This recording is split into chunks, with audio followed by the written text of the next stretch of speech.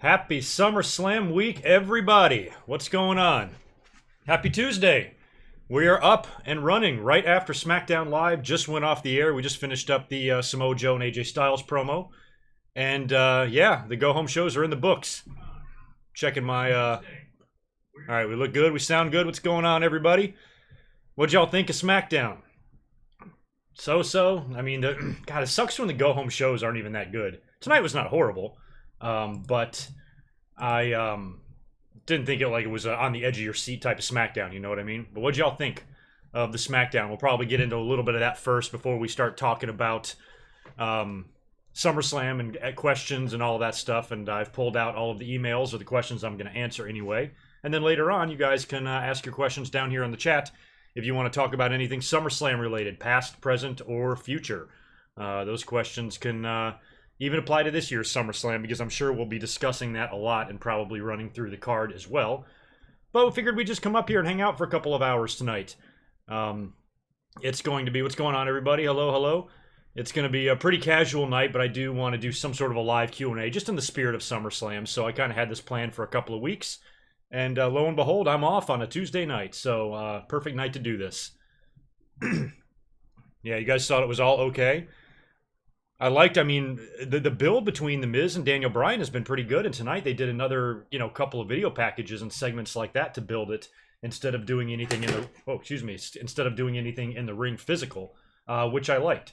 So far, so good on this, because we've all had our doubts if WWE could pull off this feud in a meaningful way. I mean, it's been going on for 8 years, and we still have Daniel Bryan's contract situation up in the air, so there's a lot going on and a lot at play, regarding the SummerSlam match, but hopefully this match can only be the beginning of what carries on, hopefully, into next year between the two. So, not bad stuff there. Samoa Joe continues to show that he's a hell of a promo. I liked his backstage shit that he did tonight with Paige when she was kind of warning him, and he's like, I'll go around and do whatever the hell I want. So I like how some people are fearful of the GM, and some people, I mean, Samoa Joe was so convincing that he could have suspended Paige, and she would have been like, oh, okay, see you later. I understand. Good luck in your future endeavors. You're out of here. I'm the fucking GM now. I mean, he's pretty damn convincing. So, I liked all of that. And I think the match between him and AJ are going to be good. I've got my predictions video as of right now planned for Friday, this coming Friday. So, if I can get it up earlier, I will. Thinking about even doing an on-camera one. I'm not sure yet. But the predictions video, whatever I wind up doing, will be up Friday at some time. Unless... I can bust it out a little bit earlier. And then, of course, on Sunday, for SummerSlam, I'm going to be streaming my reaction to the entire pay-per-view. First time I've ever done that for a pay-per-view. So that should be a lot of fun, too. Saturday, I will not be home to catch NXT, so I'll watch the replay when I get home, but I will not have time to get up here and do a video about it before SummerSlam. There's just no way for me to make it happen. So, unfortunately, I'm not going to be able to talk to you guys about TakeOver until we do the stream on Sunday. And yeah, Daniel Bryan, I'm not too concerned with him leaving. I just think that with everything he's got going on in WWE, he's just probably better off there. Yes, he can go do a lot of things. There's opportunities out the ass on the independents and going back to Ring of Honor in Japan and doing whatever else he wants to do. There's definitely a lot of money out there to be made. But as far as, his legacy and his family and all that stuff, he's, with his wife there and everything in the reality show, there's just too much... he's too much a part of that WWE family now. I mean, his father-in-law is fucking John Laurinaitis. So, yeah, I say he stays. I really don't see him leaving. Doesn't seem to benefit him. The only people that would benefit from Daniel Bryan leaving is maybe some of the fans, because he'd go off and have some pretty damn epic matches and moments, I'm sure, on the indie scene, but that can't last forever either. So, he'll stay. I'm confident he'll stay. Yeah, and apparently he did video game stuff, so yeah, he wouldn't be a part of all of that if he was going to be taken off. So, yeah, I kind of believe that he's hanging around. I got an extra light on tonight, so I don't look so dark on the screen here. Gave that a shot. I know, I'm not sure about Joe. I always think, it's hard when it comes to matches at big pay-per-views like this, because if you judge each match individually and put out of your mind everything else going on in the card, then you can determine what you think may or may not be the right thing to happen. But with Joe and AJ, I'm kind of hoping, even though it's a real big long shot, I mean a huge long shot, but I really hope that AJ has a chance to break CM Punk's title run and hold it longer than him. But he's got a long way to go to get there. He'd have to make it till the Royal Rumble, and that's kind of unrealistic. But I'd have no problem at all with him retaining at SummerSlam, because if they're going to do a title change with Lesnar and Roman, do you want Joe's crowning moment to come and kind of be lost in all that? You guys know I bring that shit up all the time. I always try to think about what else WWE has planned on the show and say, okay, now is a good time for AJ to drop the belt. Well, maybe not. Maybe this pay-per-view is going to be about Brock and Roman. The next pay-per-view, you can have AJ drop the belt and continue his feud with Samoa Joe, because then there'll be a rematch and then maybe a blow-off or whatever. And then we're into Survivor Series, so who knows what the hell is going to happen there. But I'm fine at this point. As much as I like Samoa Joe, I'm fine with AJ keeping the belt. They could always do a double swerve, with Paul Heyman. We kind of got let down last night on Monday night when that whole teasing of the turn with Brock turned out to be a ruse, and we found out the very next week instead of saving it to SummerSlam. Well, maybe the reason they did that is so Paul Heyman can turn again and wind up turning on Brock. Maybe he jumps over to SmackDown and starts managing Samoa Joe and helps him beat AJ Styles or something. I don't know. But all of that's an option. But for immediate purposes, considering what else we have going on, we might have Ronda Rousey becoming a new champion. We might have Roman Reigns becoming a new champion, and the belt changing hands again if the briefcase holder cashes in. So if they plan on doing all that, do you want to have 3 world title changes on the same show? Spread that shit out. So it depends for me, in my head, what they do with some of the other matches. If they're going to give the belt to Joe or keep it on AJ. But I'm rooting for AJ. And I think come Friday that a lot of the matches are really tough for me to predict right now, but I think I'm going to stick with my AJ pick on Friday.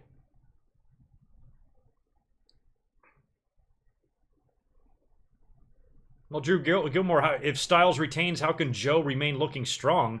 He's allowed to lose, he's losing to arguably the best wrestler in the world. You can do that and remain strong.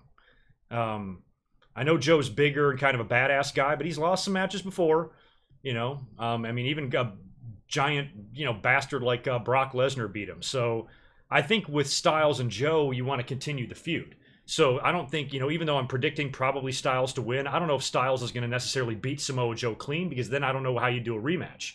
I'm more concerned about the rematch than Joe looking strong. So I think AJ Styles maybe needs to win in a fluke. I never like DQs and stuff or countouts on big pay-per-views, but they could go in that direction. They could do something to where it sets up a rematch. Otherwise, Joe might have to win the belt just so you can ensure the fact that there's going to be a rematch, with Styles having his claws or whatever. So I don't know if he'll. I don't think Styles will necessarily win the first encounter clean if he does. That's all I'm saying. But there's a lot to do, There's a lot you could do with that. Just hope WWE does it. And thank you, AJ Daniels, for the super chat. Appreciate that, man. And we'll be getting into all the SummerSlam questions here later on. I figured we'd chat and talk about SmackDown a little bit first, and then we'll get into that stuff later. I did pull out a bunch of emails and dumped them into a folder so I can check those out, and I'll answer some live ones here. Probably won't have a huge audience tonight. This is not going to be our Monday Night Raw audience that is usually enormous. But yeah, 130 in here right now, and don't forget to subscribe and smash the like button, all that good stuff. Last night was pretty fun, pretty successful. A lot of people tuning in, a lot of new subscribers last night, and we surpassed 21,000 on the channel. Been with me since 2010. Wow, thank you.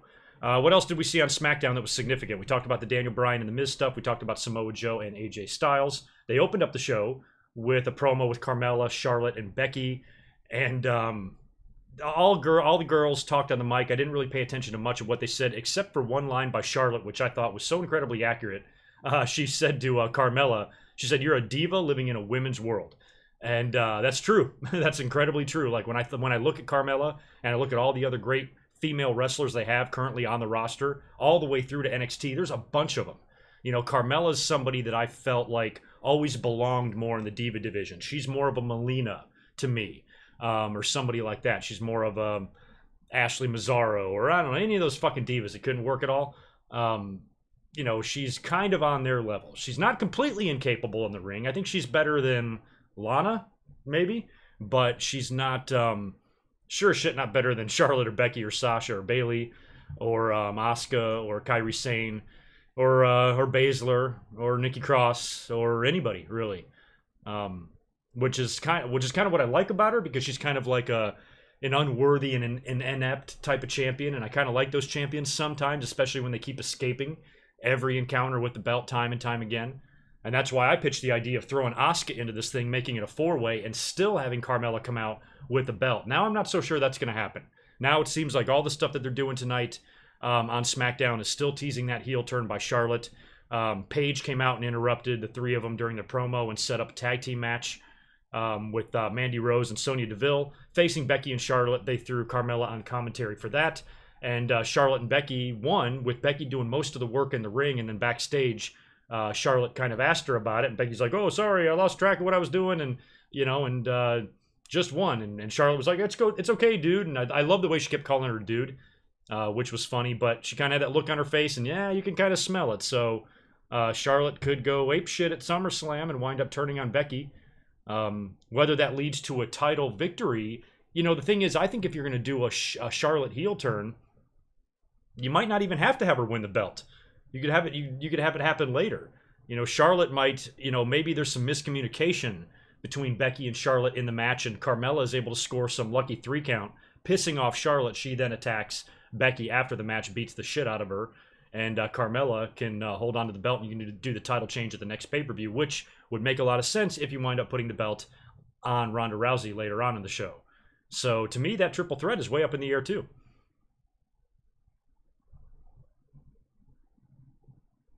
Greetings from India. What's up, man? We saw, I was kind of curious what Tony Tudat, I hope not on the Becky thing. I've had more than one person ask me that. Well, what if Becky goes heel?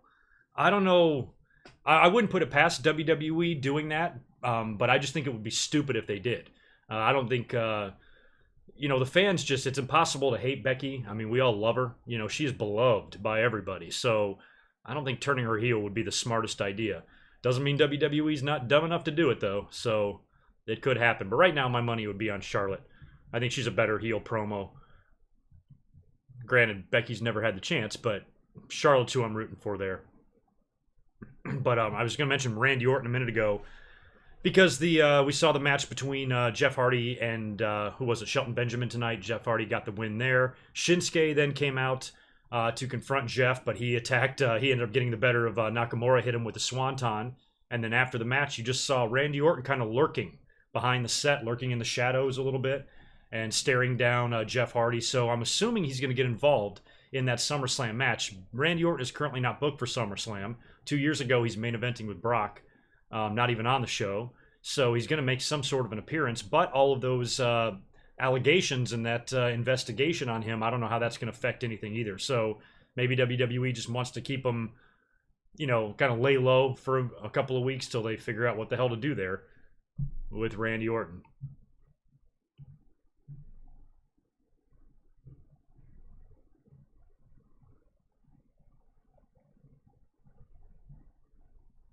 Yeah, some of you are okay with Becky turning heel. I think it would be silly. I just think the fans mostly adore her for the most part.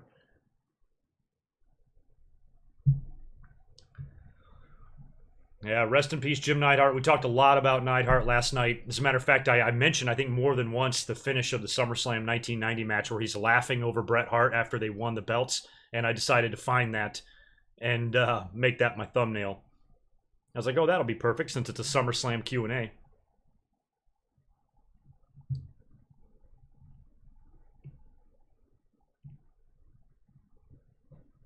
If Brock retains, he will break Punk's record. I'm pretty sure he already did that. That came a while ago. I was thinking about Brock earlier. So since he's been back, I think in his lifetime, I can remember him losing 2 SummerSlam matches. Kurt Angle and Undertaker, right? He beat The Rock in 2002. And then I think it was the next year he lost to Kurt. Then he was gone. He came back in 2012, beat Triple H in 2012, beat CM Punk in 2013, beat John Cena in 2014, lost to The Undertaker in 2015, beat Randy Orton in 16, won the Fatal 4-Way last year, and he's going to probably main event this show with Roman Reigns. So that means Brock has main evented, what, 5 out of the last 6 SummerSlams? The only one that didn't main event was 2013 with CM Punk. Because I think him and Triple H were the main event in 12. Him and Cena were. Him and Taker were. Him and Orton were. And I think the Fatal 4-Way main evented last year. So yeah, I mean, Brock Lesnar, he's Mr. SummerSlam. He really is. So yeah, I think he's lost twice. So what's his record then? 6-2 or something like that at SummerSlam? Not too shabby. Not bad at all. And he's beat some big-time opponents. The people that he's defeated at SummerSlam is a goddamn who's who, man.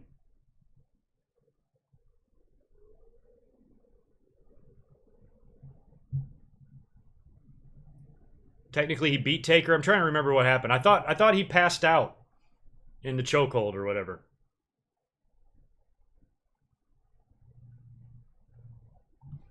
I barely remember the finish. I just remember the choke and then the middle finger. I thought that was the finish. Was that not the finish?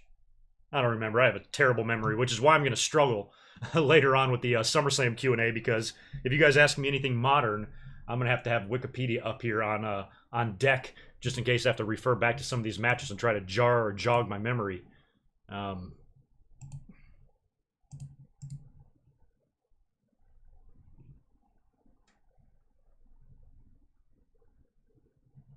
Oh, yeah. What did we see about...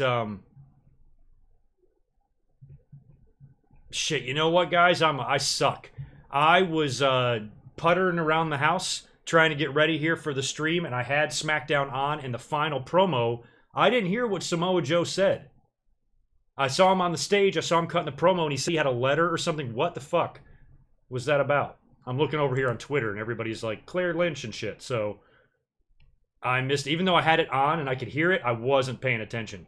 So nothing there registered. So are they teasing something else here with Joe and AJ?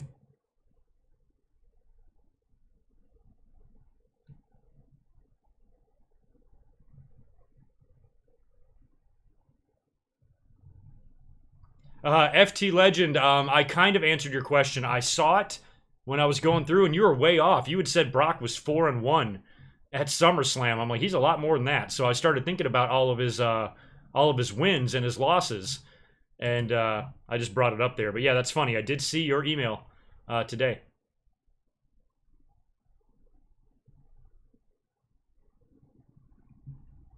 Now, Terry Allen, the cats are around. They've already been up my ass a lot today. And I have this new routine now before streams. I give them a little bit of food. That way they'll eat and hopefully wander away and go to sleep. Oh, the letter was from his wife? Yeah, I kind of missed the end there. I didn't think it was going to be anything significant. I just thought the two of them were just cutting promos on each other. So I wasn't really paying much attention. Loser goes to Impact. That would be fabulous.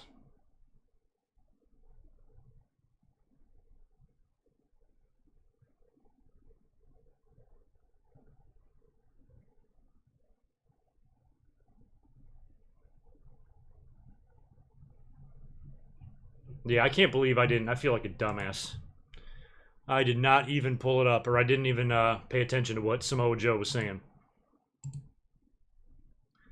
So maybe he has got a trick up his sleeve. I mean, they could put the belt on Joe. Like I said earlier, you know, I don't think if AJ beats him, I don't know if you can really do a clean, complete win. Just phenomenal forearm and 1, 2, 3 in the middle of the ring. Because I want to see a rematch. I want to see this thing, you know, stretch out until like Survivor Series and see if WWE can do better with AJ and Samoa Joe than they did with AJ and Nakamura. Oh, fuck Sanity versus New Day. Yeah, Sanity, man. I tweeted earlier. I said I think it's time. They should be promoted and called up to the NXT roster. They've definitely earned it. I think that's where they belong. I mean, it's so funny how certain people are just instantly different. I mean, the minute they get to the main roster, it's like the magic is gone. Completely gone. I mean, we're sort of even seeing that with Almas. So, although Cien Almas, I think, has got amazing ability and he can be a big player in WWE. I mean, he's got Zelina with him, and she's just amazing. She might be slightly more over than he is, and he's on a pre-show match with Rusev Day, and you know, but I still think he's in better shape than Sanity and Bobby Roode and the Ascension and so many others.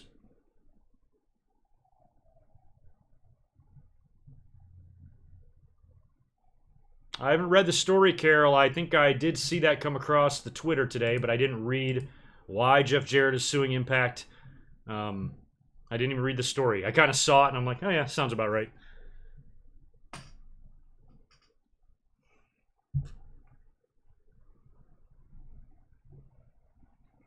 Catherine, you're in here. Aren't you supposed to be drunk in a Chicago hotel room?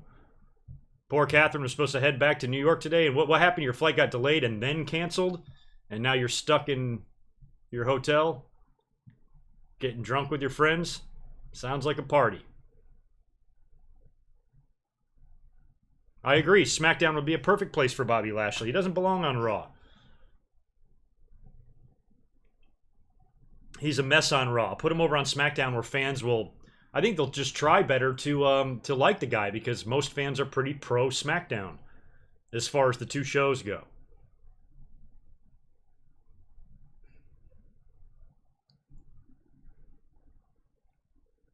Yeah, well, Sanity too. I mean, the way they were brought in, as soon as they got on the main roster, they were immediately just put in tag team matches, random matches on SmackDown, instead of like doing creepy, freaky shit like they're supposed to. You know, doing random run-ins. You know, and appearing every week on SmackDown, but not getting in the ring and wrestling maybe for a little while. You know, until they develop some sort of a real rivalry with somebody, not just a random rivalry with the New Day. You know, or anybody else, you know, find somebody to fuck with and build an issue and then hold off their ring debuts. And I don't know, it's just, they're just put in like, they're almost like they were put in filler matches from the minute they got there. Like the first or second week. Fucking bullshit.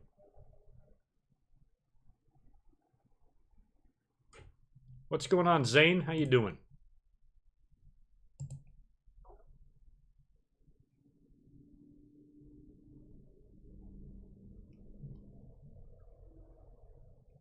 Oh, okay. Yeah, they've been bringing up the family a lot. See, I just thought that was the whole family issue between Samoa Joe and AJ. I just thought that was WWE's way of trying to make a reason for the feud, you know, and just randomly bringing up family and, you know, being so personal and stuff like that. That's where they're going to try to get the heat from, you know. But to me, I was paying so little attention to it because I'm just mesmerized by the very idea that we're doing Samoa Joe versus AJ Styles for a WWE title in a WWE ring on SummerSlam. I'm just blown away by that. I think I've mentioned that in like last 3 or 4 episodes, that I'm really blown away that that's happening. Because I just wouldn't have seen it coming 10 years ago.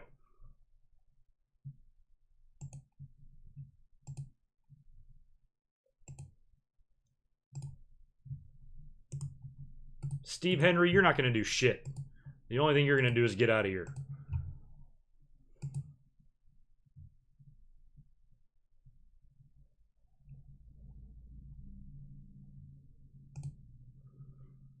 Six-pack challenge at Hell in the Cell for the Universal title. I hate those type of matches. I don't like scrambles or six-pack challengers or fatal five fuckways. Like, it's too much.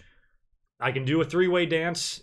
If needed, I can do a fatal 4-way, but that's like where I draw the line. Then you start getting ridiculous with elimination chambers, and then you got 12-man matches and gauntlets, and I don't know. I don't like it.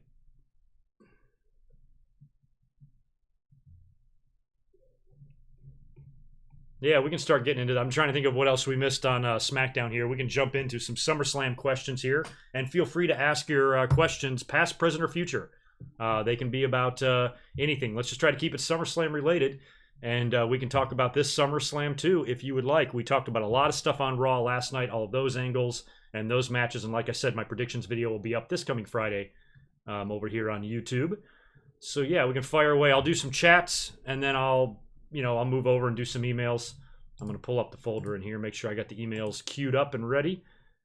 Normally, I copy everything and dump them into a folder or a document, but I actually just created a folder here in the email for all of these and went through and kind of pre-read most of them. So I kind of got an idea of what I'm going to say, but there actually, well, no, I take that back. There's like a few that I haven't read. So yeah, we'll answer a handful of those, maybe like 12 or something that I've kind of selected.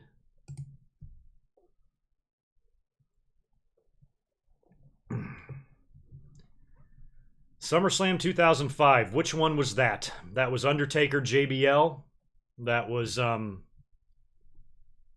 Triple H, Batista. Who the hell did Batista wrestle that year? Well, my thoughts on it are not that good because I barely remember the damn thing. Oh, I do remember. That was the was that the one with the ladder match with Eddie and Ray? That's when I really started checking out mentally. I just I was into SummerSlam all the way up until like 04. I thought Randy Orton winning the belt from Benoit was awesome. And then when he got to 2005 with all that shit, and that was Shawn and Hogan too, I believe, I didn't like the Shawn Hogan match. I didn't like that Shawn lost. I thought he was better. And despite the overselling, I think he gave Hogan probably one of his best matches ever in WWE, despite Shawn's antics and his overselling of all of Hogan's moves. Oh, JBL versus Batista, that's right.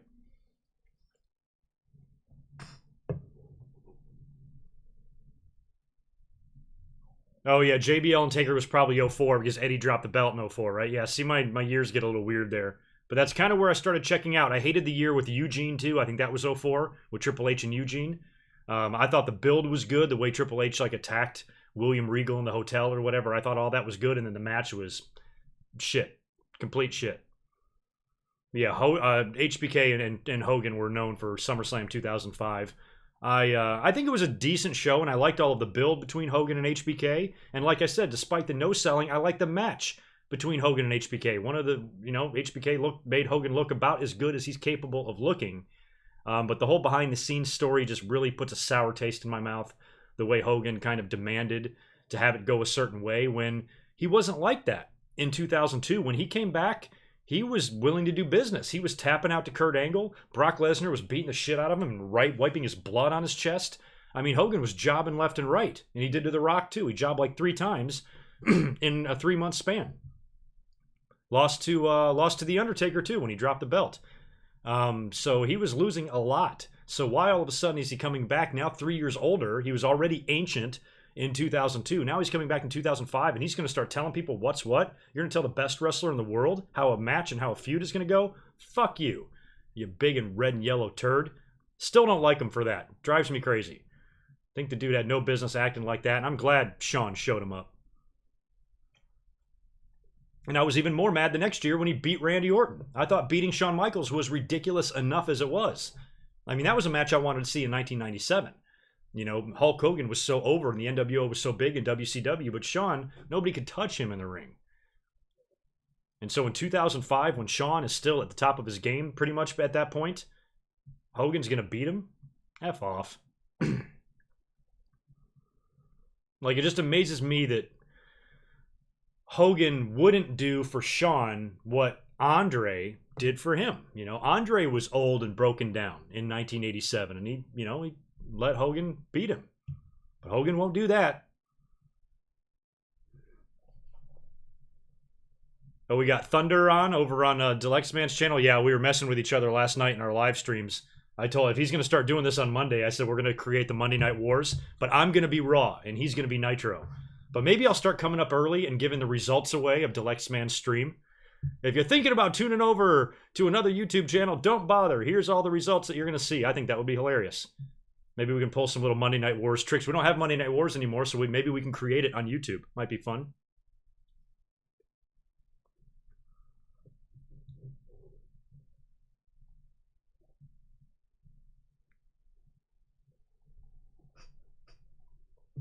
Yeah, I agree about Randy Orton losing. Didn't like that any more than I liked Shawn.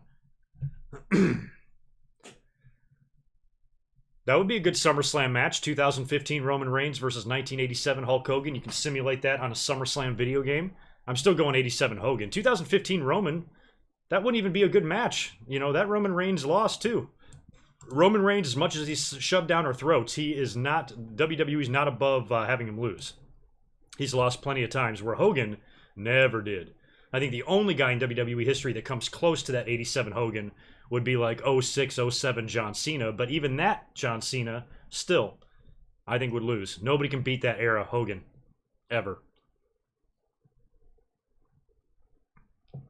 Yeah, that might be a question, Jordan Smith, later on that I got. Somebody had asked me somewhere, what's a SummerSlam match that I wish we would have gotten that we never got to see, and that Bret Hart versus Hulk Hogan match in 1993 would have been amazing. And Bret Hart claims that they even did photo ops for the pay-per-view with the tug of war with the belt. I don't know if those pictures really exist or if it even happened.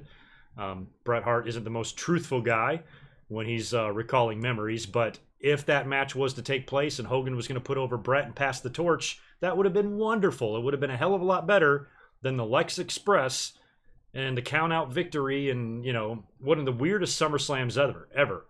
The whole celebration with Luger at the end, you would have thought he won the WWE title, but he didn't. But that's up there with one of them. Anthony Bryson, Brock vs. Cena at SummerSlam 2014. I don't know, what about it? One of my favorite SummerSlam matches ever. I just thought it was so amazing. I put the match over huge. I know in my top 10 SummerSlam matches, is that link up in the top right there? I think it might be. I put all this together last night, so I don't remember. But I think I ranked that match like number 2. And not because of really the quality of the in-ring work or anything like that, but just because of how shocking it was. Given who Cena was still in that era of he wins all the time and the fans, you know, got a big stick up their ass about Cena. And they just insist that he always wins and this and that and this and that. And so I thought he was going to lose. I had full confidence that he was going to lose. I predicted him to lose, but I did not predict him to get murdered. I thought it would be another back and forth match and he'd almost win a couple of times and then Brock would beat him. Little did I know that Cena, the 3 jobbers tonight that faced the Bludgeon Brothers, they got more offense than John Cena did versus Brock Lesnar at SummerSlam 2014. And that's what was the most memorable about it. Is that you take this guy, John Cena, who seems to be invincible, unstoppable, nobody can touch him, and Brock Lesnar, fresh off of ending the Undertaker's streak, destroys him in a matter of minutes in an absolute squash. A main event match at a huge pay-per-view is a squash. We have never seen that before. Not in a main event. SummerSlam 88, Ultimate Warrior squashed Honky.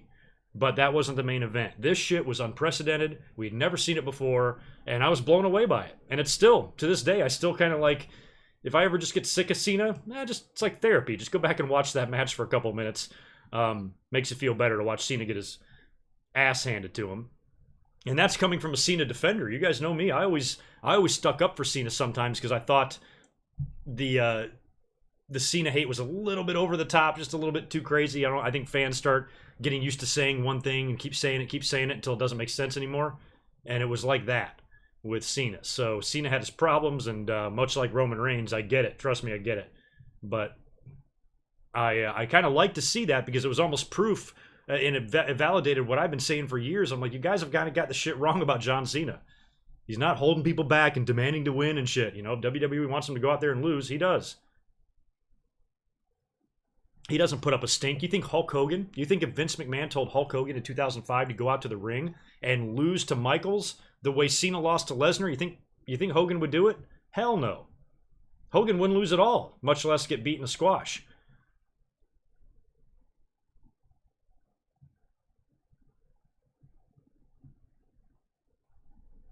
That would have been a good one too. Shawn Michaels versus The Rock. I think their personal issues kind of prevented them from ever working together. Plus, their careers just didn't quite overlap right.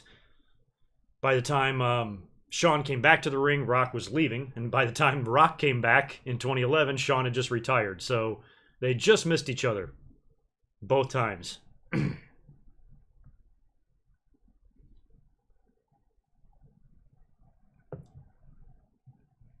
Yeah, Hogan's never lost at SummerSlam. 6-0.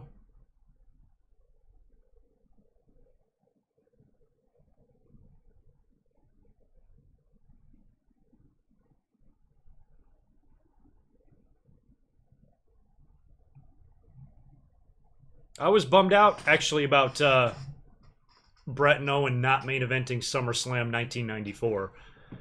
I think it was probably due in part to the finish, because if you remember the way the finish went down, they had all the Harts getting in the ring, and the Bulldog was there, and it was this big kind of crazy clusterfuck ending. Bret Hart won, but they did the beatdown at the end where all the Hart family members were in there, and I don't know if that would have been a good way for the show to close, you know what I mean? So WWE wanted to build everything around this Undertaker nonsense, and hindsight being 2020, the cage match would have been much better because the cage match was so good that Taker and Taker couldn't even follow it. So they probably should have flipped those two, and I was disappointed, I remember, because I was certain that match would main event because it was a cage match.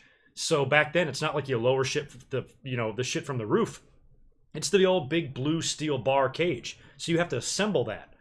So I figured they would want to throw that together, in the main event, so they wouldn't have to try to tear it down and have one more match. But that's what wound up happening. But yeah, it was a shame. They should have main evented.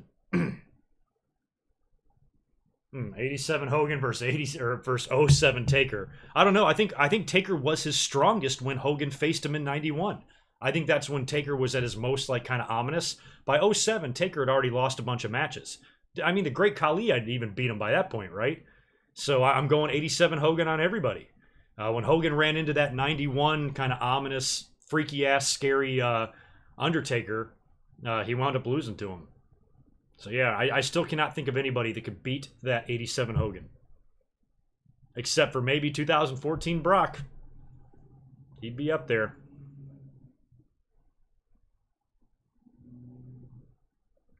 Well, Hogan is stupid.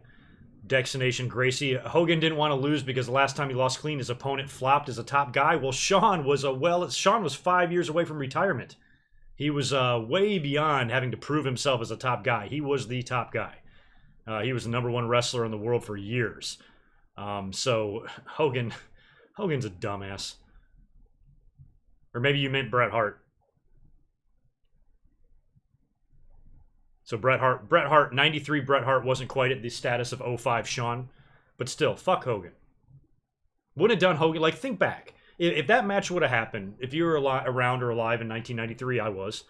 And I was a teenager, and I remember it well. Had that match happened, I personally, as a fan, would not have thought any less of Hulk Hogan. I would have put that match right up there with the Warrior match or something. Yeah, Hogan put somebody over. Presented the belt to him when it was over, shook his hand, said good luck, gave him a hug. It's kind of a seal of approval. Sprinkle the Hogan dust on him. And Bret's off on his way. It wouldn't have harmed Hogan at all. And that's what I hate. If Hogan thinks that, and that was the reason why he didn't want to do some of these jobs, Hogan's an asshole. Because it wouldn't have mattered. Hogan was so legendary by 1993. He's coming off all these this steroid nonsense. He's been a proven liar. Now his reputation is already tarnished as somebody that lies through his teeth about steroids, and yet he's worried about that a loss to Bret Hart is going to damage his reputation. Get the fuck out of here, Terry Bollea. Ugh. Boy, when you really think about it, it's kind of fucked up what he did. F him.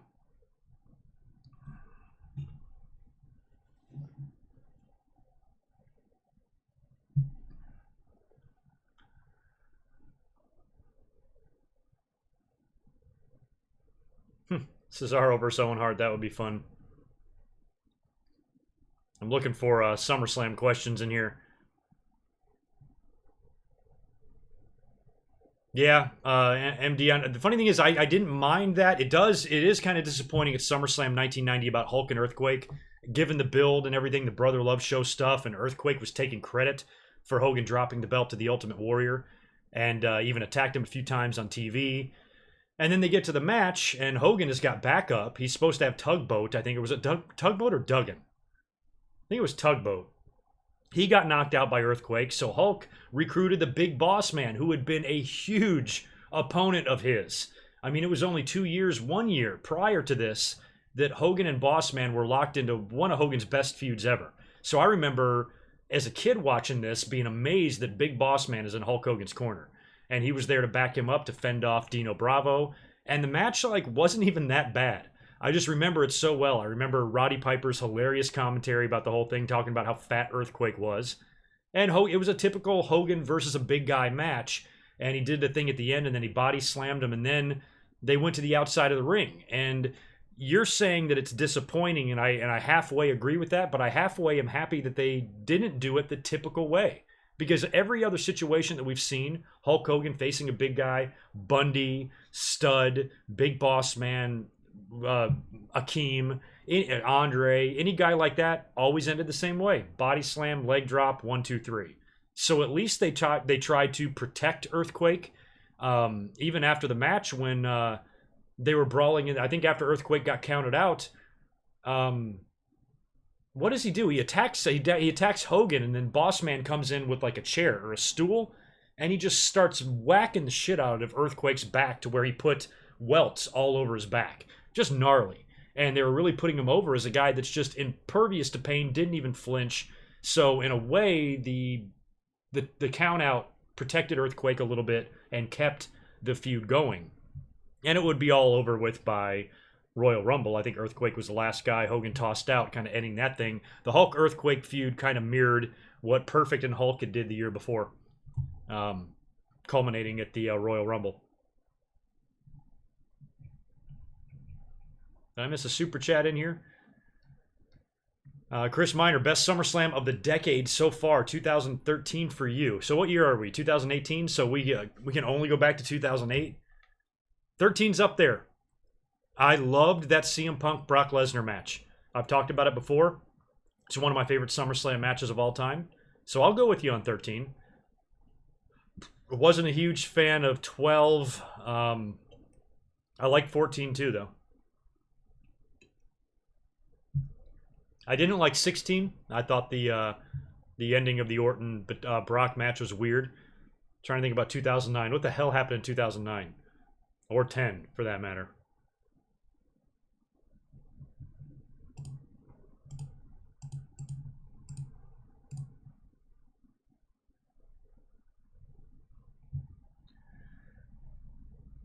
Yeah, SummerSlam is bash at the beach. It is kind of WWE's answer to that summertime type of pay-per-view. I remember in '96 they did like a beach setup. They were in that year. They were in Cleveland, and they had the whole beach setup in a pool, and they had like Sonny and Sable in the pool in their bikinis and shit. And Todd Pettengill was running around. Marlena was there. It was kind of weird.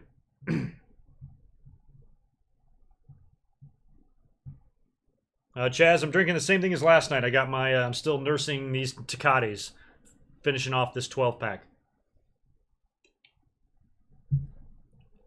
Oh yeah, 2010. Fuck 2010. That was terrible. The Nexus, man, they fucking lost. What a mess. I mean, I like the fact that Bret Hart was involved in that. I like the fact that Daniel Bryan returned after getting let go, which was a travesty. So all that was good. But yeah, looking back, probably not the best idea to have Cena go over like that. It kind of hurt him in the long run. But to me, really, like when you look back at Cena and all the matches he shouldn't have won and guys yelled down and blah, blah, blah, that's probably the worst thing that had ever happened. There aren't too many other matches where I'm like, why the fuck did he win?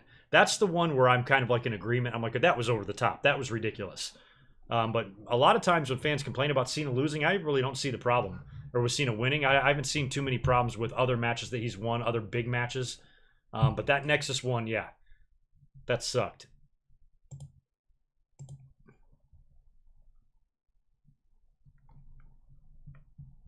Worst SummerSlam of the decade, Joey. Man, my recent memory is pretty blurry. Well, not my recent memory because I've been doing commentaries, but that 09 through like 2014 era is just fucking hazy. Or 08. But I might go with 2010 only because of the Nexus nonsense. God, I don't remember any of the other fucking matches.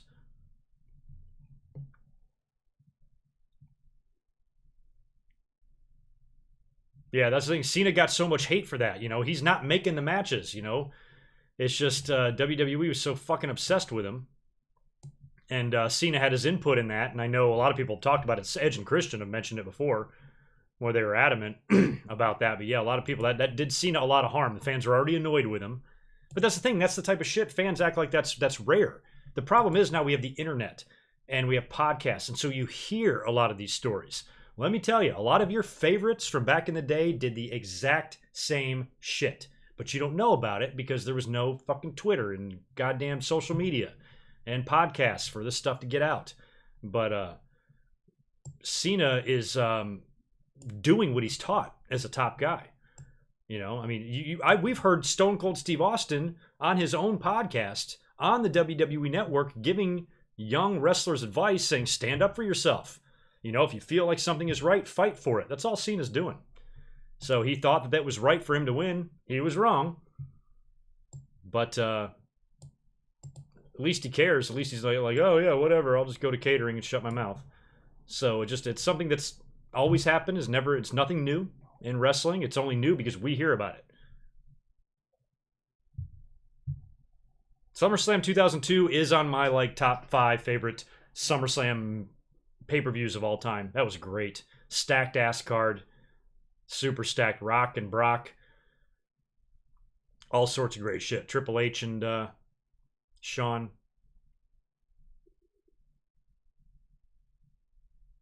I like the CM Punk and Jeff Hardy stuff too, and that build. And that wound up culminating at SummerSlam, I believe, and then Jeff Hardy wound up leaving. I thought that whole feud was good and could have gone longer had Jeff not left. And then like 2 weeks later, he was arrested, right? Let's go over to the emails. I'm going to pull up a couple of emails here and answer some SummerSlam questions. I'm going to go right in order here. We'll start with Howard Starr from New York. You ask, since the 30th anniversary of SummerSlam 1988 is coming up, I have a question about what Miss Elizabeth had done towards the end of the match where she pulled off her skirt. What was the reasoning for that, and who was the one that told her to do it? Well, I don't know who told her to do it. It was just the storyline. They were building this up. Hogan and Savage had pretty much come out and said that Elizabeth was going to be stripping down at SummerSlam.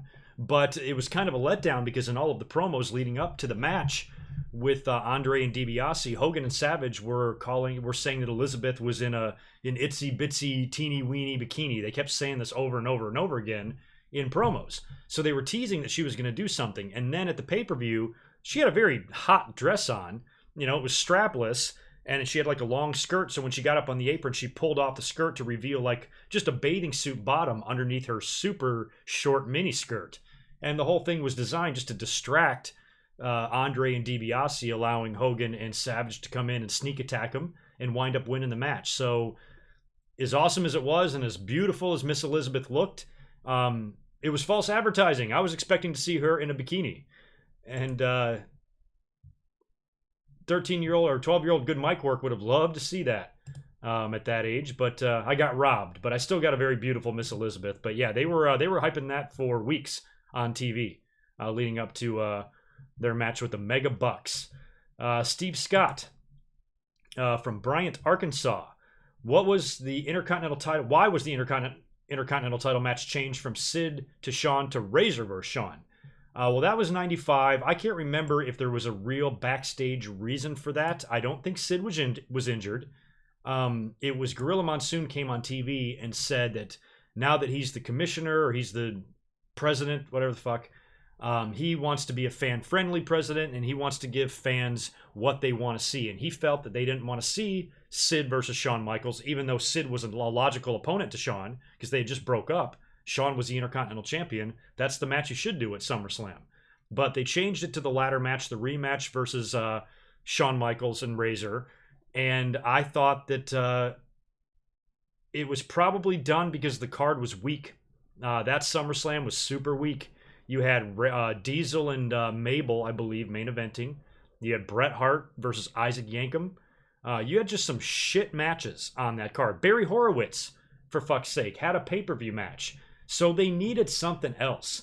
And Sid versus Shawn, even though I thought the feud was good, I was into it. And I liked Sid coming back and turning on Shawn and all of that. Maybe it wasn't the attraction that WWE wanted to help sell pay-per-views. And based on how strong the Shawn versus Razor ladder match was at WrestleMania, I think this was done primarily probably to sell shows, to sell units. But they didn't screw over Sid. At the same time that the announcement was made, I remember they said that Sid would be getting an Intercontinental title shot. He would face the winner like the week after on Monday Night Raw or something like that. Because I remember that show. I think that show fell on my birthday that year.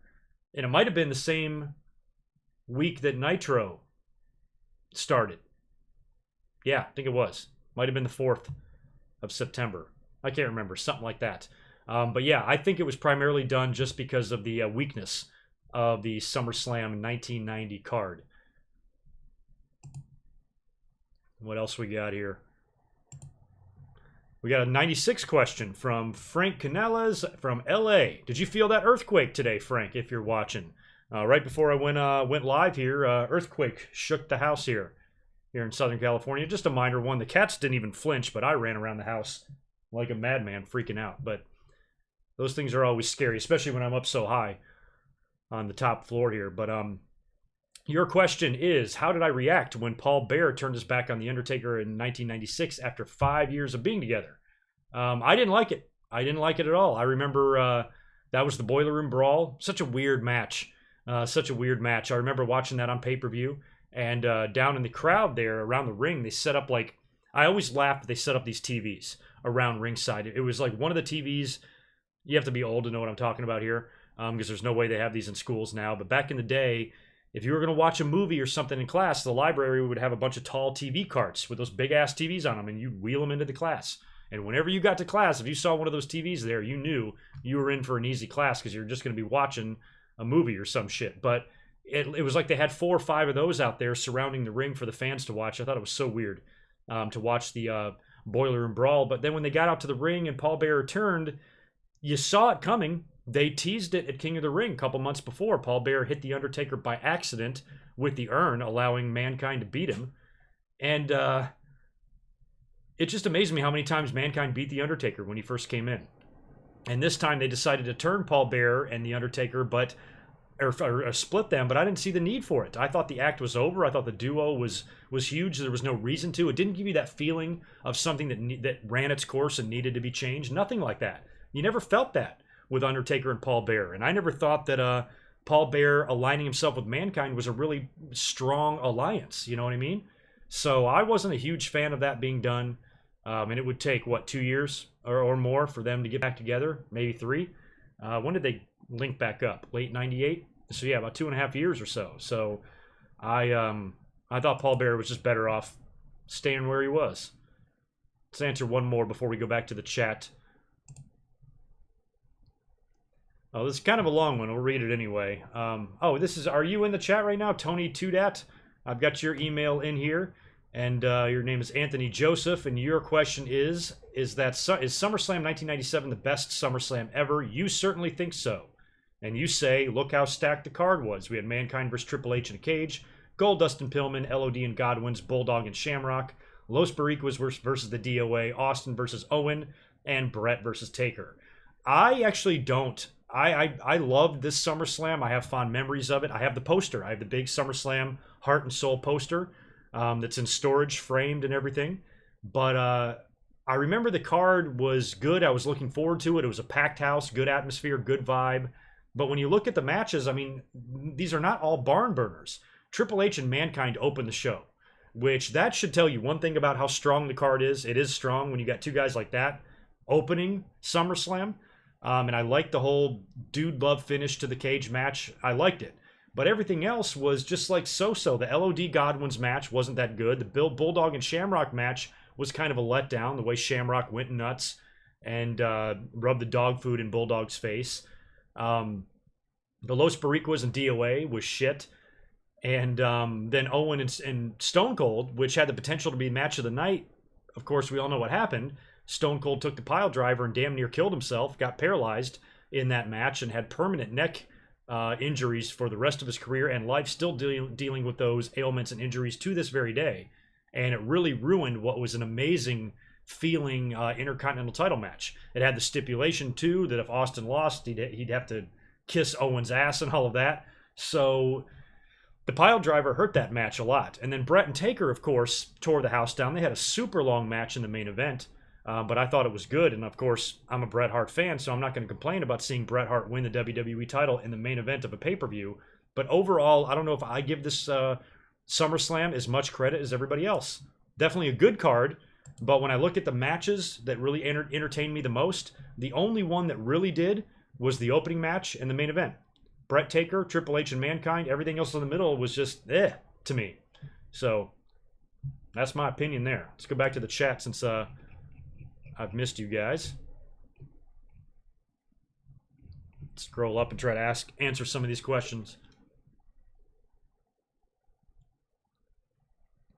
Yeah, I mentioned 2002 Destination, I think that's a great year.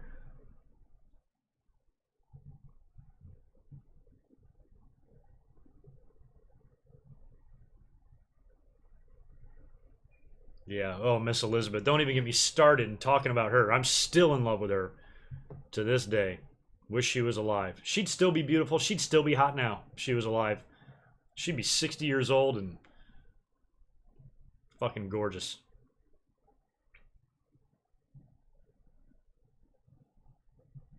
I had a question. What was the question I just saw in here that I liked and I lost it? Oh, yeah. Lex Luger and Tatanka in 2002. I did like that whole angle because I remember for some reason being fooled by it. And by then I was a pretty seasoned wrestling watcher. I knew how shit worked. I could predict stuff. I could see stuff coming. I was very good at understanding like what they're probably going to do and shit like that. And I could spot predictable shit from a mile away. I, admittingly did not see the Tatanka heel turn coming. I thought for sure it was going to be Lex. Even though WWE was teasing it, I mean, you had all the evidence in the world that Tatanka was going to turn heel, but somehow, right over my head. No idea. So when I saw the match and it all went down, I was marking out. I was happy. I didn't like Lex Luger. And the funny thing is, I think one of the biggest reasons why I didn't want him to turn heel and join up with $1 Million Man, because I thought that would rejuvenate him and he would get back in the world title picture. And Brett, was the champion. And I didn't want to see Luger challenge Brett for the title as a heel and potentially beat him. So I wanted Luger nowhere near Bret Hart. So I was worried that he would start getting title matches against the babyface champion if he turned heel. So when Tatanka turned heel instead, I was like, oh my God, thank God. And he beat the hell out of Lex Luger and turned on him in the match. I thought it was great. And the hug with DiBiase, great shit.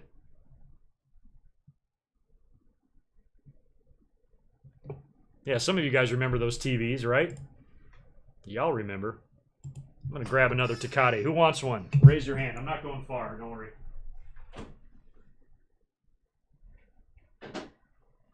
All right. There we go. Fresh, cold one. SummerSlam week. All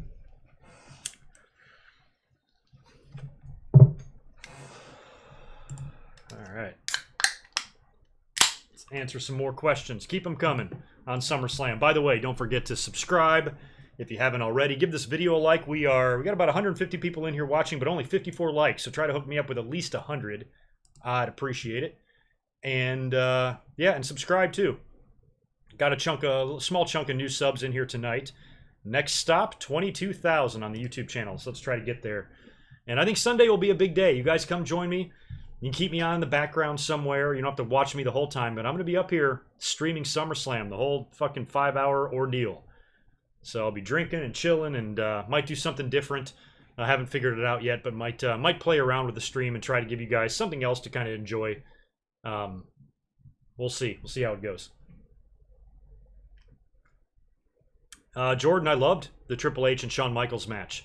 One of my favorite matches of all time, because when Shawn Michaels came back and returned after from his injury after 4 years, it looked like he wrestled yesterday, and it was unreal.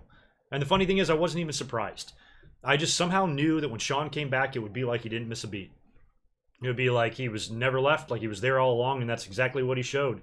I mean, he came back and he worked at the same level that he did before he got hurt. And I'm so glad we got him for another 8 years. It's so awesome.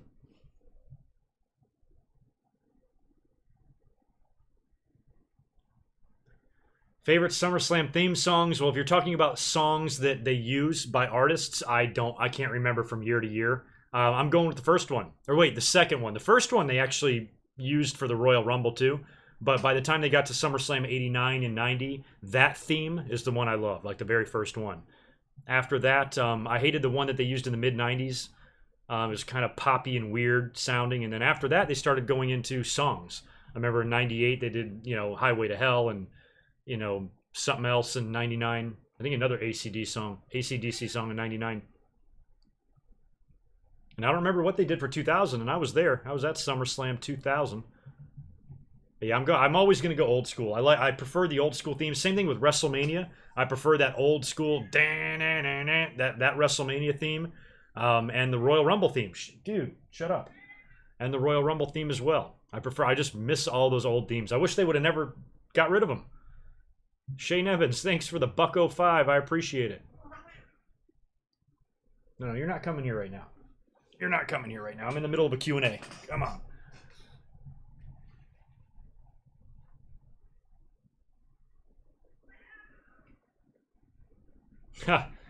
Well, I have a story for you then. Well, not really a story, but I remember watching SummerSlam 91. The wedding was the main event, which was just really weird. I think I liked the previous SummerSlam better, although I was one happy guy in the beginning of the show when Bret Hart won the Intercontinental title. But then the wedding was it felt like it drug on, you know. Then they did a song, and then they did their vows, and then they did the reception where Elizabeth opened the box with a snake, and you just knew something was going to happen because you're like, why are they showing this? So I'm trying to remember now. I remember being in my living room. I remember Bret Hart's win. I'm trying to remember if the reception was on SummerSlam. I want to say the show went off the air and the reception, they showed that on TV. I'm not sure if the reception was on the actual pay-per-view. I think it's on the video. Are you serious, dude? Come on, buddy. Say hi to everybody. But I don't really want you up here right now. I'm having trouble remembering. I've got the tape. I got the original tape. I'll pull it out and look. But I have something tells me the reception wasn't shown on pay-per-view. But it was crazy. They took the fucking ring ropes down and everything, did the whole deal. Such a weird year.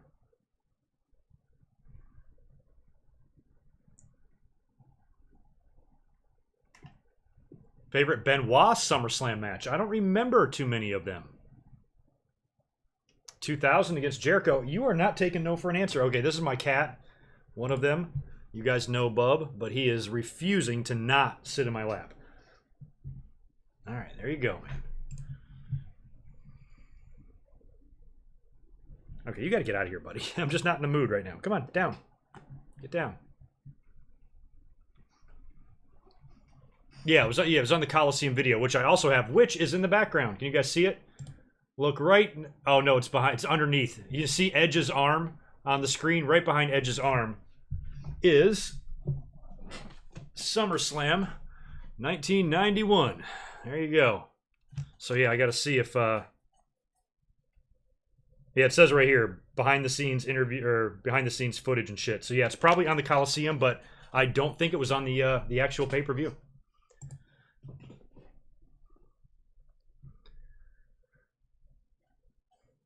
Man, I love Piper and Heenan. I have like their commentary memorized from the Bret Hart Perfect match. Great shit.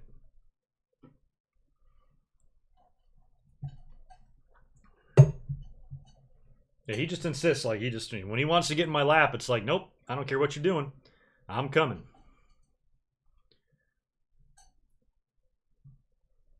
I think Bret vs. Perfect is a more defining match than Bret vs. Owen. That match made Bret. Winning a singles belt like that in Madison Square Garden. Bret's kind of like, you know, back then Bret was like Becky Lynch. You know, he was just kind of widely adored by most people. Everybody wanted to see him get a shot. And they turned him, they had moved him to singles once before when they split him with Jim.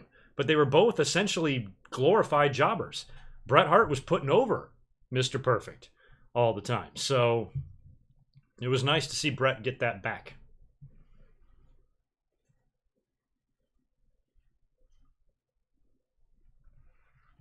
Rick Rude did win a world title in WCW, not WWE though. Would have loved to see Rude as champion. That was one of my favorite SummerSlam matches ever. And that tape is up there too. Right next to the Winged Eagle belt, that's SummerSlam 1990 up there in the corner.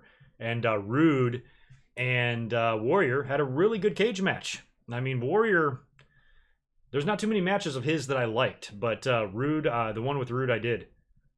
And for some reason, they, you know, when you look at certain situations now, what do we all say? Oh, they got to make him look strong, and Hogan must pose, and all of that. The one thing they did not do in that cage match was make the Warrior look strong at all. Rick Rude had him beat 2 or 3 times. Warrior was bloodied. Rick Rude had all the cage match experience. Warrior had never been one in his life. Rude was getting his ass kicked during the match, but he was also delivering a lot of offense as well. Wound up beating the shit out of the Warrior to where he had him down completely motionless in the middle of the ring, and Rude climbs up to the top of the cage. All he had to do was climb down. He's a world champion, but instead he gets up there to the top and dives off to hit the Ultimate Warrior. And then he does it again. He's got him beat twice, and then he dives off again, and then Warrior counters the dive with a punch, winds up making his comeback and climbs out of the cage and wins the match. Fucking bullshit. Rick Rude, in my mind, Rick Rude is the uncrowned WWE champion because I don't care what anybody says, he fucking won that match. Go back and watch it. But it was good. I liked it. I thought the Warrior handled himself well in a cage match for somebody that doesn't know what the fuck he's doing. So I thought kind of like Goldberg and DDP from Halloween Havoc that just randomly had like kick-ass match. I think Warrior and Rude did the same thing with Rick Rude playing the role of DDP.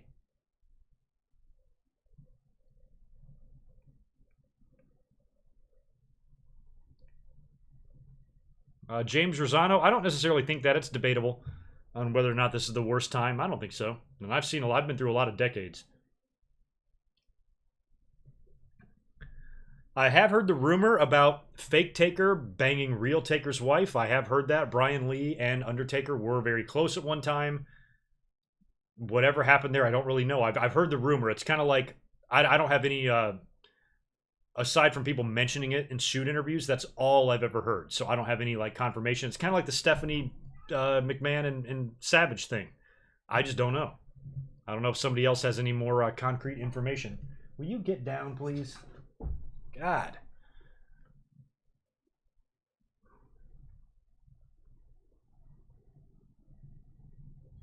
Tony Tudat, I just about put that out of my mind, so thanks for reminding me that I was there. My SummerSlam 2000 memories are fun because we had really good seats. And I remember two specific spots on the show that I remember that I actually felt where I was sitting. One of them was in the ladder match with Dudley's, Hardy's, and Edge and Christian. And Matt Hardy took, I think it was, he was in the ring. Ladder was up against the ropes. He was climbing it. He had his back turned to the outside of the ring. Somebody tipped it over. He fell backwards on the outside of the ring and landed through a table. That was the side of the ring that I was sitting on. And when he hit the concrete, I fucking felt the floor shake. And that's when I realized that these guys, the bumps and the damage they're doing to their bodies is incredible.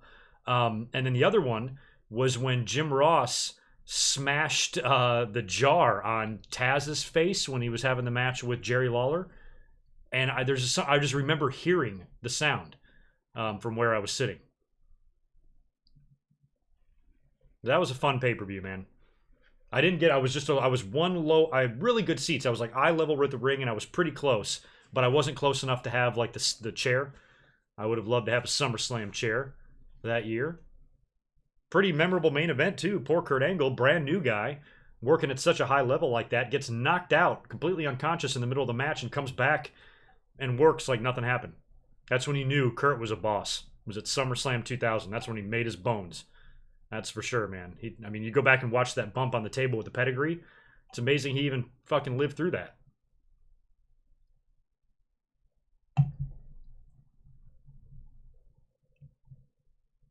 Well, Shane, maybe one day I'll get into WrestleMania questions. This is a SummerSlam Q&A. Try to keep them SummerSlam related.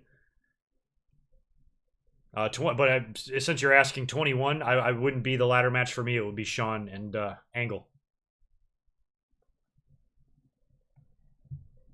WCW 2000-2001 to me is far worse than WWE 94-95. Even though looking back, WWE 94-95 was pretty bad, I still wasn't looking at it as it sucked at the time. Looking back, I say it sucks. But in 94, I wasn't, not like I was going on YouTube in 1994 saying, the product sucks. There was nowhere to vent your frustrations. I wasn't frustrated at all. I could tell business was down. That was clear to me. I was worried about WWE because I'm watching Raw in an arena that's like the size of a high school gym. And I'm like, what's going on here? There's 34 people at Monday Night Raw in the audience. So I remember being concerned about WWE's business, but I was never hating the product. I'm a Bret Hart guy, and Bret Hart was the champion during a good portion of 1994 and 1995 and 1993. So that was fine.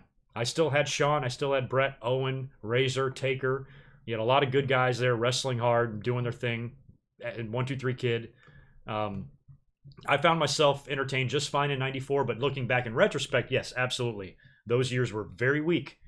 Very weak indeed. I just can only imagine what the underneath guys were probably making. I mean, when business is down that much, how much are you paying Bastion Booger? You know, like, there's just no way he's making that much money.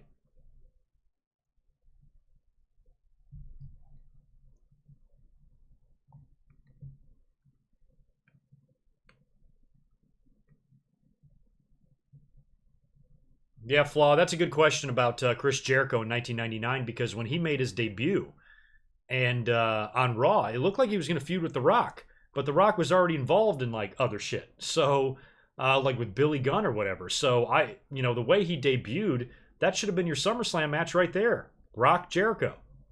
They should have had Rock finish up his business with Billy Gunn, wrap up that feud, and then just be in the ring cutting a promo or doing something. And that's when Jericho comes out, sets up the match. I think it would have been great. But if you do that, though, Jericho's got to lose. So if anything, they should have just put him with somebody else and had him win a match. But they kept him off the pay-per-view. He just showed up and cut a promo on the Road Dogg, and that was it. Kind of a letdown.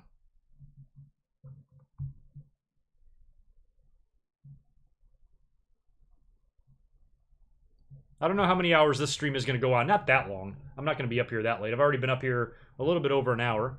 So probably about another hour. It's not going to be huge. You guys got me for like 4 hours last night, and you're going to get me a long time on Sunday because I'm going to be live streaming my reaction to SummerSlam. Might be fun. So come join me. I want to see if I can get a ton of views and a ton of watchers and a ton of subscribers. Should be a fun day. We'll sit through this pay-per-view together.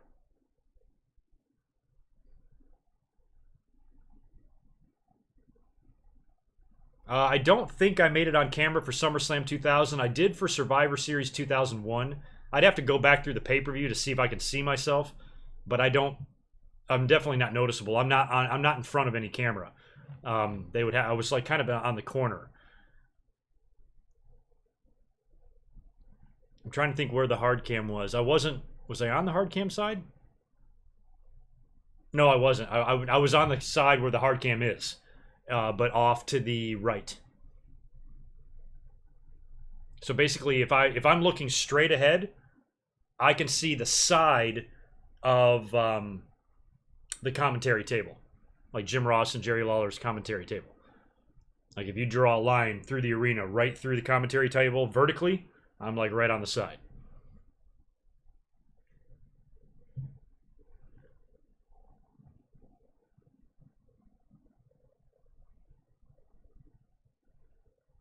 Ha! Alex Crawford. Funny you should ask that. The one I don't know what the best go home SummerSlam show I can remember, but I know one of them, and that's August 24th, 1998.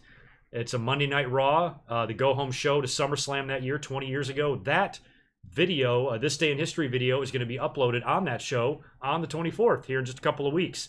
That's going to be courtesy of Barry, who made the $100 Patreon pledge to have that video done. So it's pretty much done. I've recorded it. I just have to edit it. But it was a really crazy Monday Night Raw. A lot of fun shit went down. So I will be releasing that in about 10 days on the 24th. So keep a lookout.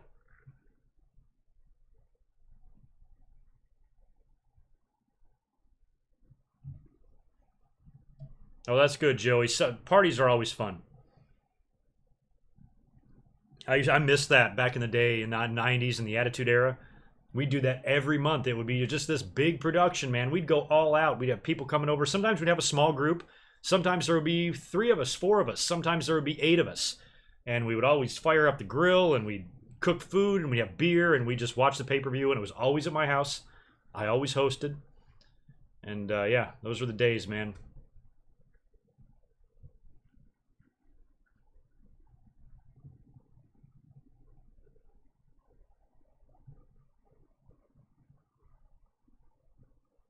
Did Hawk get fired at SummerSlam 92? He got fired right after that. Or Legion of Doom. They just had some problems.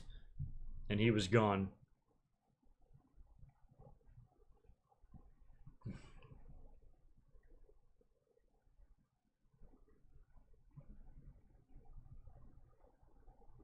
I don't know if I have a favorite SummerSlam pop or moment of all time. I'm always going to go Bret Hart on something like that. So aside from Bret Hart submitting Mr. Perfect at 91, I got to do some thinking on that one. I'll go back over to the email and see if we can answer a few more of these emails here on SummerSlam. This one's from, Max. How you doing, Max Cond? Your question is, short question, what are my thoughts looking back at the Universal title reveal from SummerSlam 2016? So that was when Finn Balor won it. Did they reveal it at SummerSlam? I'm trying to remember how did they do the Universal title reveal? I thought they did it on Raw. The belt itself, I remember not liking. I remember calling it a big red purse, because that's what it looked like. Fucking clutch bag or something that these girls carry. I thought it was lazy because I just didn't want to see the same belt but a different color. Oh, all the SmackDown shit's going to be blue and all the Raw shit's going to be red. I'm like, wow, how long did it take you to come up with that? So I thought it would have been fun to bring back the old world title belt. Resurrect that. Why not? It's a beautiful belt. The big gold belt. Bring that back. Rename it. Rebrand it. The Universal title. What would have been wrong with that? But no, you got to have that big-ass WWE logo smeared all over the front of it. So looking back, I wasn't a fan, but still, I don't hate the current versions of the world title more than I did the spinner belt. I'll take anything over the spinner belt. I don't care what you wear. Just get that spinner belt out of my face. But yeah, kind of a little bit disappointed with the Universal title reveal from 2016, but was super happy that Finn Balor won it. Only to be disappointed again the next night when he had to relinquish it. Kind of sucked. Oh, you're gonna try to come back again?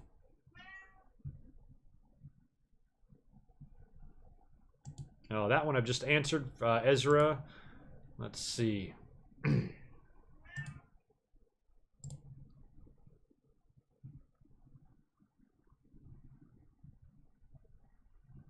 Oh, Scott, I pulled this aside, but it's not really a SummerSlam Q&A. Hey, Greg, I've been listening to you for over a year now, and you're one of the 3 podcasts that I listen to, Solid Monster and Wrestle Talk being the others. So, yeah, I'm in pretty good company there. Given Paul Heyman's body of work over the last year, or over the last while, where do you rank him in the pantheon of wrestling managers, and what would your top 10 list be? God, I don't know my top 10 list. I can give you 10 favorite managers. I don't know if I could put them in order. But Heyman's up there. I mean, Heyman along with Heenan, I can't think of too many guys because Heyman, it's 2018, he's still going. So he now has got to be put right up there on the top with Paul Heyman. I'd probably put Blassie on that list. I'd put Albano on that list. God damn, there's so many fucking good managers. Even guys like Gary Hart, who was never in WWE. I said Blassie, right? Yeah, I'd have to do a video on my top 10 managers to kind of give it some thought.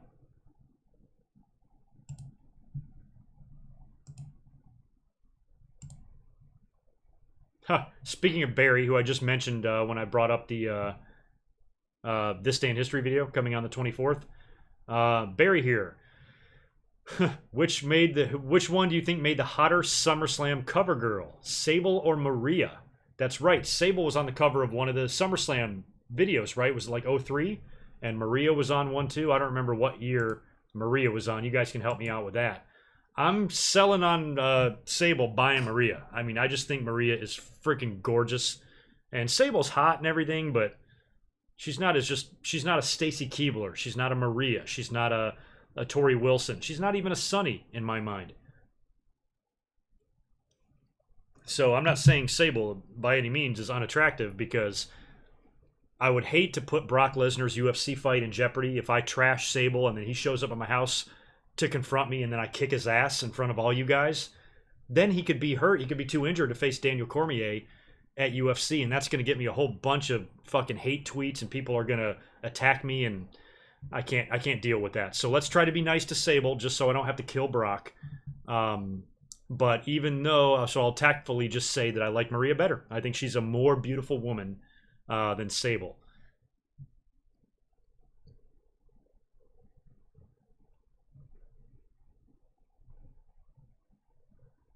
And as long as I have a chest, she'll always have a place to take a dump. You guys ever seen the teen movie that they it was like, God, it's so old now, probably '03 or '02 or something, not a teen movie or something, where they parody all the other teenage movies at that time. And I remember the final scene where the girl is like, just for once I want somebody to take a dump on my chest, and I'm like, God damn. So now I bring that up.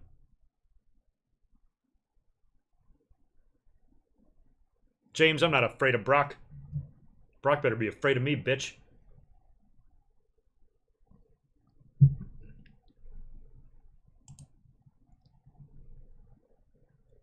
Well, Braddock, your slightly disturbing obsession with Bitcoin is going to have to make me kick you out of here. Sorry. Not another teen movie. Yes, that movie was fucking funny as shit.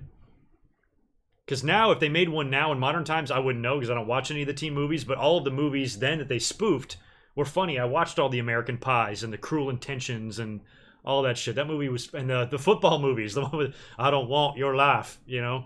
Oh my God. It was great. It was so great. They did the 80s ones. They did like Breakfast Club and all that shit. It was great.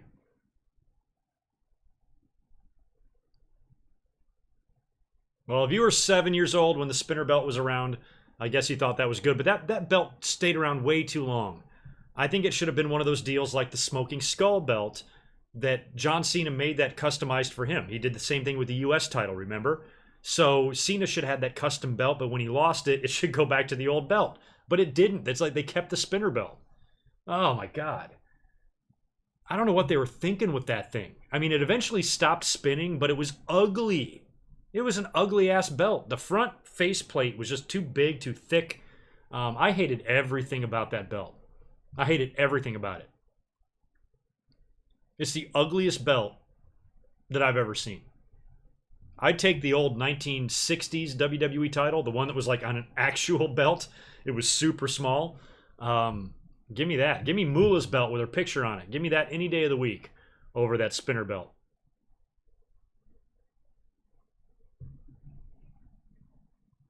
Oh, thank you for the date on Maria, too. 2008? That's right, 2008. I mean, she's just perfect.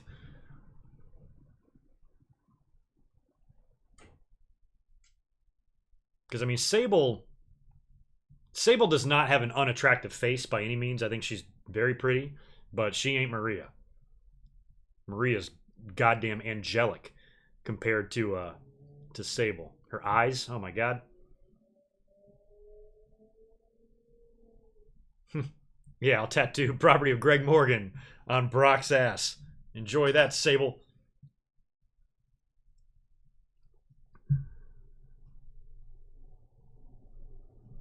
Yeah, Edge made the rated R spinner, you know, so I mean they changed the middle, customized it, but just the overall design of the belt was still the same. And it was just gross. Hated it.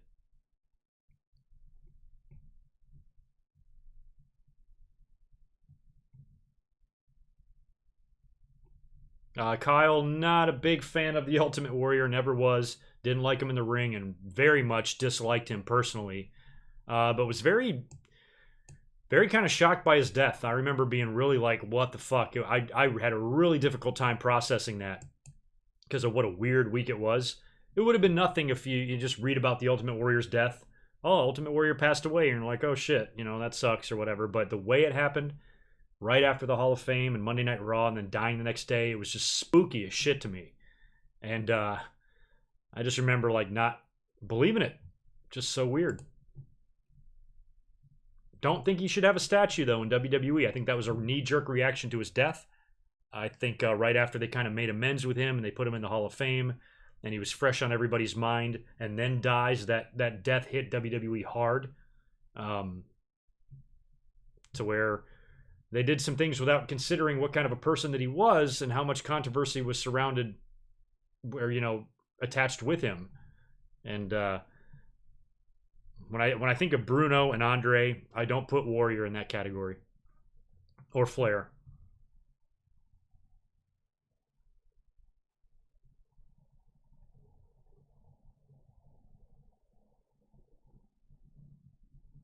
Hey, Rice Jones, what's going on? I don't know, mistreated. Booker T mistreated in his match with The Rock at SummerSlam 2001. Booker T, I think, in time and at times has been mistreated in WWE, but it's funny back then during the invasion. I remember how hardcore the announcers were and everything on like making fun of Booker T. It's like they resented Booker T for some reason. Particularly Jim Ross was always just an outward asshole towards Booker T. Um, the promo and the build with The Rock was kind of funny because I mean Booker T was using like the bookend, like the rock bottom in WCW. I guess in WCW he would be The Rock's counterpart. So WWE really wanted to make sure the fans knew that WWE was stronger and there's no way this WCW champion is even close to the level of star that The Rock is. And they were really trying to hammer home that point, maybe a little bit too much. But Booker T, it's not like he was never really pushed that far down the card. Booker T was always doing something important. After SummerSlam, when he dropped the WCW title to The Rock, he went on to do things with Stone Cold. So having to put over Rock and Stone Cold, it's not like you're a jobber. You're working with the two top guys in the business virtually back to back.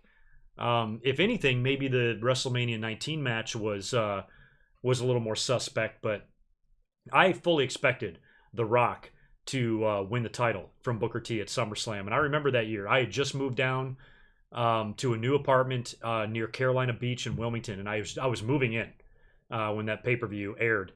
Because I remember I wasn't even totally unpacked yet. And I remember watching that on my big-ass 50-inch and being happy and celebrating when The Rock won. But Booker T, you know, he's had a weird career in WWE.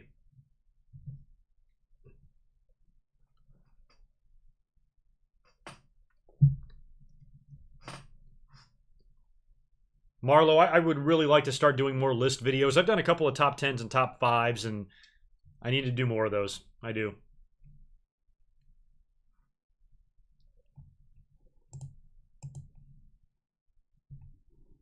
What's going on, buddy? It's in your eye. Ugh, God, you got shit all in your eye, man. All right.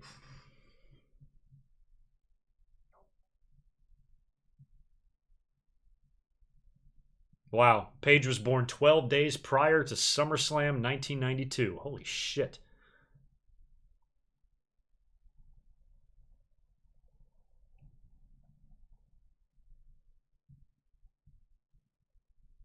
I answered this last night, Mike Blue T. Jim Neidhart going into the WWE as a solo act, I say no. But I still think Neidhart can go in twice. He can go in with Brett as a tag team, and he can go in with the Hart Foundation as a faction. That would make Brett a 3-time and Jim a 2-time. But I don't know if Jim on his own, you know, it's the Coco Beware rule. You know, he could go in based on that. But I don't know if Jim is a guy that wouldn't necessarily go in, but now that he died, it might be a moment they want to give to Natalya. I mean, if they put Neidhart in on his own, I think it might be more as an act of kindness to his daughter, giving her that moment, letting her induct her dad into the Hall of Fame and remember him. So with that being said, yes, but more than anything now, I mean, now that Jim has died a couple days ago, I think this would be a good year to put the Hart Foundation in. They can have Natalya and Brett accept on the behalf, and they can do you know, I don't know who would induct him, probably Jimmy Hart could do the induction, and then Brett and Natalya can come up and accept the award or whatever, and Natalya can tell some stories and Brett can tell some stories. It'd be a fun moment, I think, for the Hart Foundation to go in. So I think the Bulldogs need to be in. I think Demolition needs to be in, but maybe this year you can go with the Hart Foundation and give Jim Neidhart the Hall of Fame accolade. So that's what I would do. Hart Foundation all the way.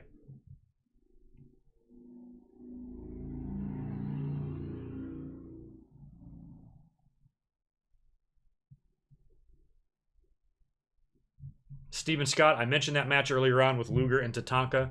How me watching it, somehow it took me off guard. I should have seen it coming. Everybody else saw it coming, but for some reason I didn't. And I was shocked by the Tatanka heel turn, but I was happy about it. But I think Luger was definitely a better heel too. I didn't want him to turn heel because I didn't want him to challenge Bret Hart for the title. But at the time, but looking back, I mean, Luger, he's just a natural douchebag.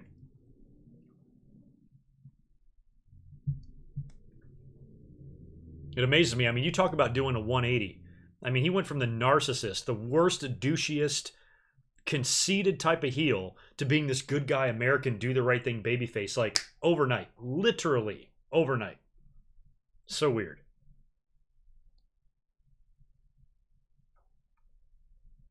John, SummerSlam, Triple H versus Booker T. If I remember that was if I remember right, that was Triple H's return to the company, and that was Booker T's way out of the company. Triple H was injured, right, and he came back, beat Booker T, and then he was off to TNA. So that match wasn't that surprising. Booker T pretty much just went out there to get squashed by Triple H. I like the WrestleMania 19 match better, even though Booker lost.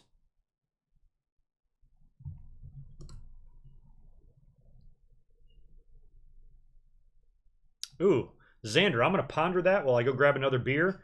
Buy or sell SummerSlam 98 and SummerSlam 2002. That's tough. 1 second. 98 or 02? I think I'm going 02.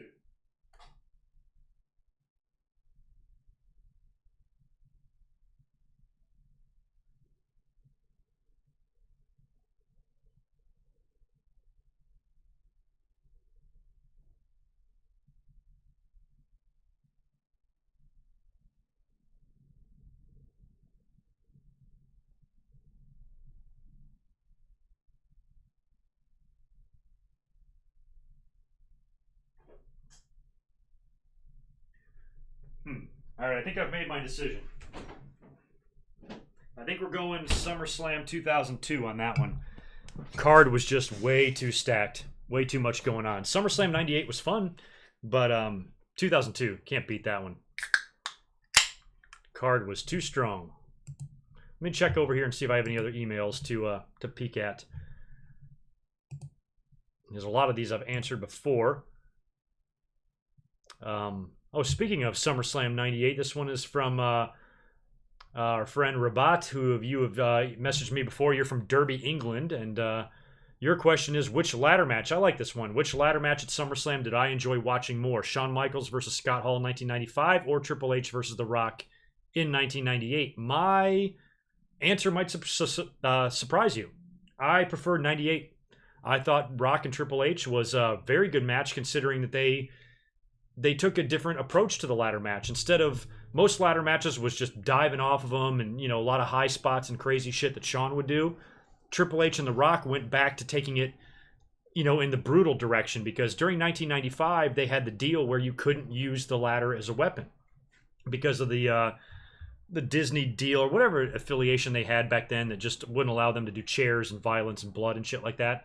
Triple H versus The Rock took it to a whole nother level, and instead of trying to dazzle the audience with moonsaults from the top of the ladder, they're beating the shit out of each other with it. And the two of them had a storyline. And wait until August 24th, when I do my review on Monday Night Raw, the go-home show to that SummerSlam, that there was a really intense segment with Triple H and The Rock and China that really helped set the stage for that ladder match. So there was more of a story, there was more of a build. It felt personal, real, intense, all that stuff. And you felt like the two had a legitimate rivalry, where in 1995, Shawn and Razor were just thrown together by Gorilla Monsoon. It was supposed to be Shawn and Sid. So I'm going 98. I think that was a much better match than 1995, in my opinion.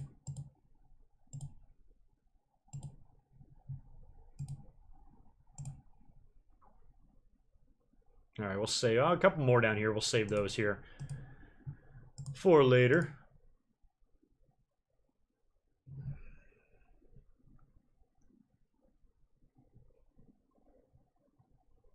Ooh, best celebrity appearance at SummerSlam. Well, again, my recent memory is going to be fuzzy. The only celebrity I remember in recent years is the Green Lantern guy and Jon Stewart. Jon Stewart might be up there because he actually played a role in a title match, which blows my mind. But we've also had Walter Payton. We've had lots of people. Jesse the Body Ventura. Goddamn, who else? I think Jon Stewart would be up at the top. I think, who am I missing? Somebody kind of important from back in the day.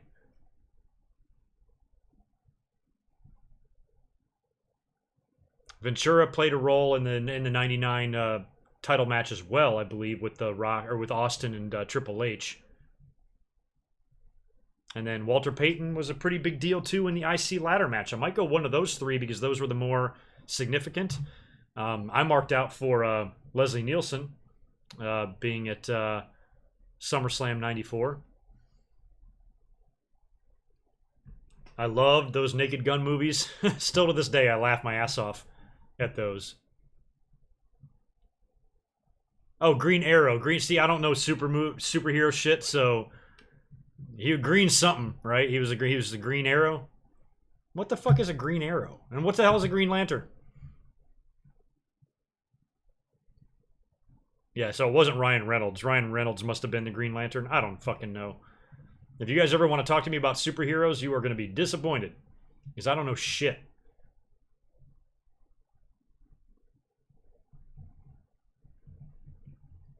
Chuck Norris in '94. He was Survivor Series, though. He was not SummerSlam. They didn't have anybody at '93. '92, they had a couple. They had Lennox Lewis. Roddy Piper even showed up playing the bagpipes. '91, I don't remember anybody. '95, business was in the shitter. They couldn't afford celebrities. What'd they do in '96? Nothing. No celebrities there. No celebrities in '97 except for the governor. '98, there had to be a celebrity. In New York City, in the Garden? Not you. Yeah.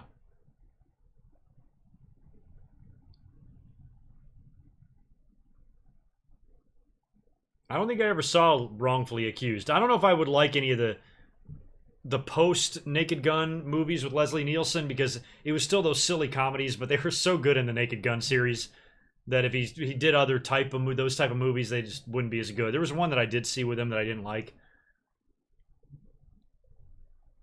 Stephen Amell, thank you. He was doing all the shit with Cody Rhodes. That's right.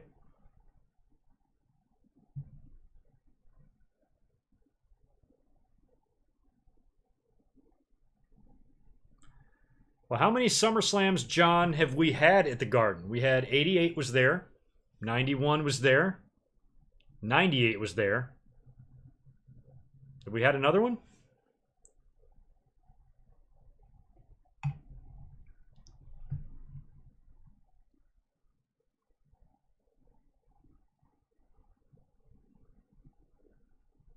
Spy Hard might have been the one that I saw. I don't think I liked it. I'm just a mark for those early Naked Gun movies. When it comes to Leslie Nielsen, I'm perfectly fine with the first one where Reggie Jackson is trying to kill everybody. Hey, it's Enrico Palazzo.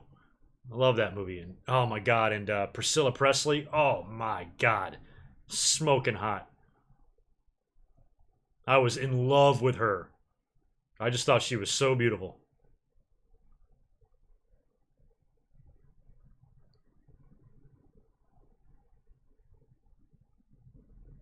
Man Ray, I talked about that earlier. Mr. SummerSlam, I think it might have to be either Hogan, who somebody pointed out is 6-0 at SummerSlam, or Brock. Brock's main evented like 5 out of the last 6 SummerSlams. He main evented 12, 14, 15, 16, 17, and probably this Sunday. The only one he didn't main event. Since Brock came back to the WWE, the only SummerSlam that he has not main evented was 2013. And that might even be arguably his best match of all of them. That's pretty amazing. Good night, Spectra. Adios. So I might have to go. Brock Lesnar on Mr. SummerSlam.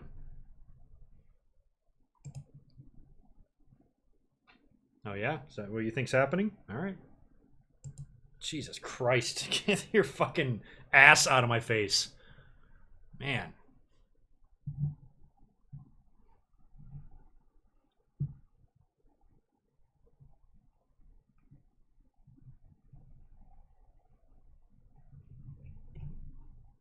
Man, I don't even know if I have a best favorite SummerSlam ever. That's so tough. I mean, I'm an old school guy, though. Like, I can talk to you about 1988 and 89 and 90 and 91 all day long. You start asking me shit about 2012, I don't fucking know. Don't even remember.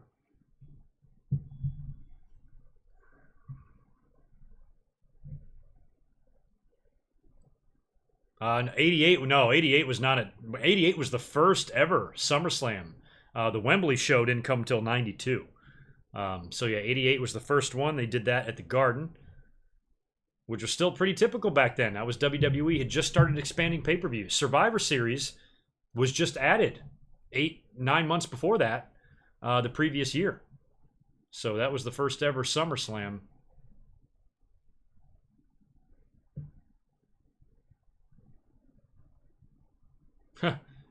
If Austin is Mr. Rumble, Lesnar is Mr. SummerSlam, HBK is Mr. WrestleMania, who is Mr. Survivor Series? I don't know.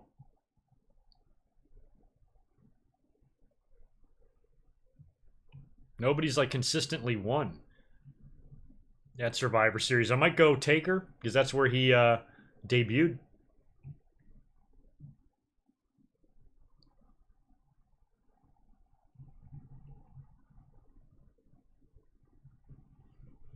How did that happen? I remember the JBL. Did they do that in 2004? JBL and The Undertaker? That's where Undertaker choke slammed JBL through the roof. And you're asking me if I heard about the fan that almost fell through the JBL limo? I don't have any idea about that story. How would that even happen? How would a fan almost fall through it? Weird. Randy Orton, vote for Randy Orton for Mr. Survivor Series. I think I want to go Taker, though, just because it's his birthplace. Who are we kidding? The real Mr. Survivor Series, we all know, is the one and only Gobbledygooker.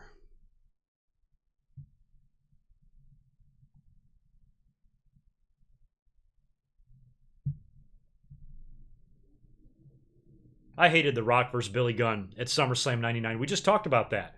I thought the feud with Billy Gunn seemed like a step down for The Rock.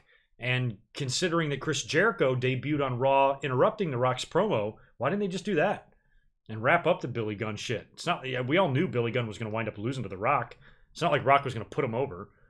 So what did you even need to do? Oh, he jumped the rail. What did he do? Jump the rail and got on the limo? Oh, what before it happened? What did you get on the limo? The gimmicked roof? Is that what it was about? Ha.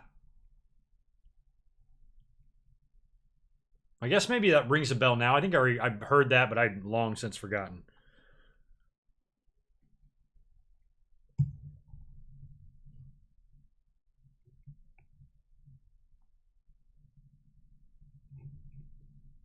How did I guess now that you say that, I kind of remember that for SummerSlam that year, hearing that story, but man, it's been so long, I kind of forgotten about that.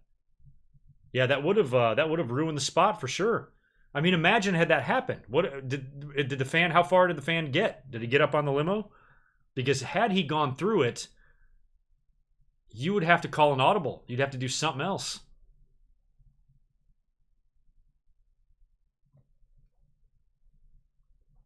Dude.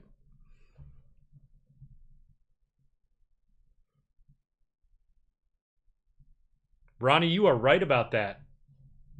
I do think the SummerSlams were on Mondays. Survivor Series would come on. Sometimes they would be Thursdays for Thanksgiving, and then they would go to Thanksgiving Eves. They would move it to Wednesdays. Were the Rumbles on Saturdays? Dude, you're right. You're right. They were, because I remember being young watching Royal Rumble on pay-per-view and having friends over, and I was still in school at that time. So yeah, that makes sense that it would be a Saturday night.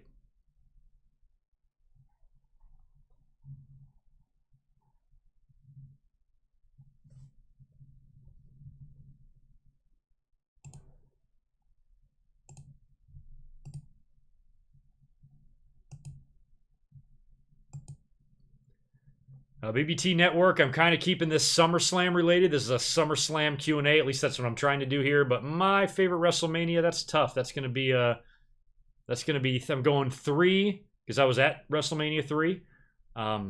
3, 10, 17 tend to be my favorites. I don't know if I have an all-time favorite. I feel like it's got to be 3. Just because that's where I was. Best wishes, too, out to Aretha Franklin. Don't know what the latest on her is. She was not doing well, according to her family, a couple days ago. Hope she's doing all right.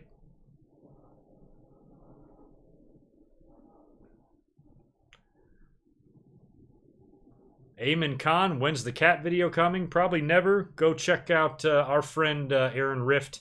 If you want cat stuff, he'll hook you up with all things cat. My guys just bothered the shit out of me in live streams.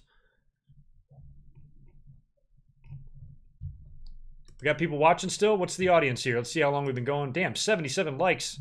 That's low. We can do better than that. Let's get me up to 100. Thank you for leaving. And we've been going, okay, we've been going close to 2 hours now, but we'll go a little bit longer here. Just to recap what I have planned for this week, tune in Friday. SummerSlam predictions video will be up. Unfortunately, I won't be here Saturday night for TakeOver because I got to work and there's no way out of it. And I'm not going to be able to come up here and do any sort of a review on it, but I do plan on watching the show. So if you want to read some really funny late night tweets when nobody's around on Twitter and I'm all by myself watching TakeOver late at night and tweeting about it, tune in to my Twitter account at GoodMicWork, give me a follow, and read my tweets super late, like 1 o'clock in the morning on Saturday night, and you'll see some of my thoughts about NXT TakeOver, and then I'll talk about it a little bit during my live stream on Sunday when we watch SummerSlam together. And I'm going to have energy that day. I am not fucking around. I'm going to wake up and I'm going to eat 10 bowls of cereal and eat energy bars, and I'm going to drink, hydrate myself with Gatorade, knock back a couple of 5-hour energy shots, and I'm going to be ready to rock and roll. So it will be fun.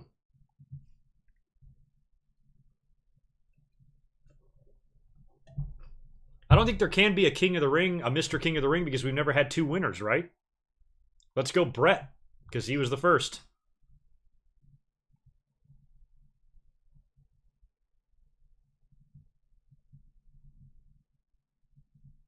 Yeah, man, Ray, we had that question earlier on, my favorite SummerSlam from the 2010s. 13 is up there. I really enjoyed the match between Brock and CM Punk. I liked 14 too. Might go with one of those. 16 I liked. I think I even liked 15. I liked 15 with Seth Rollins retaining the world title and winning the U.S. title at the same time. That was good. There's been some decent SummerSlams. We've had some good luck in recent years.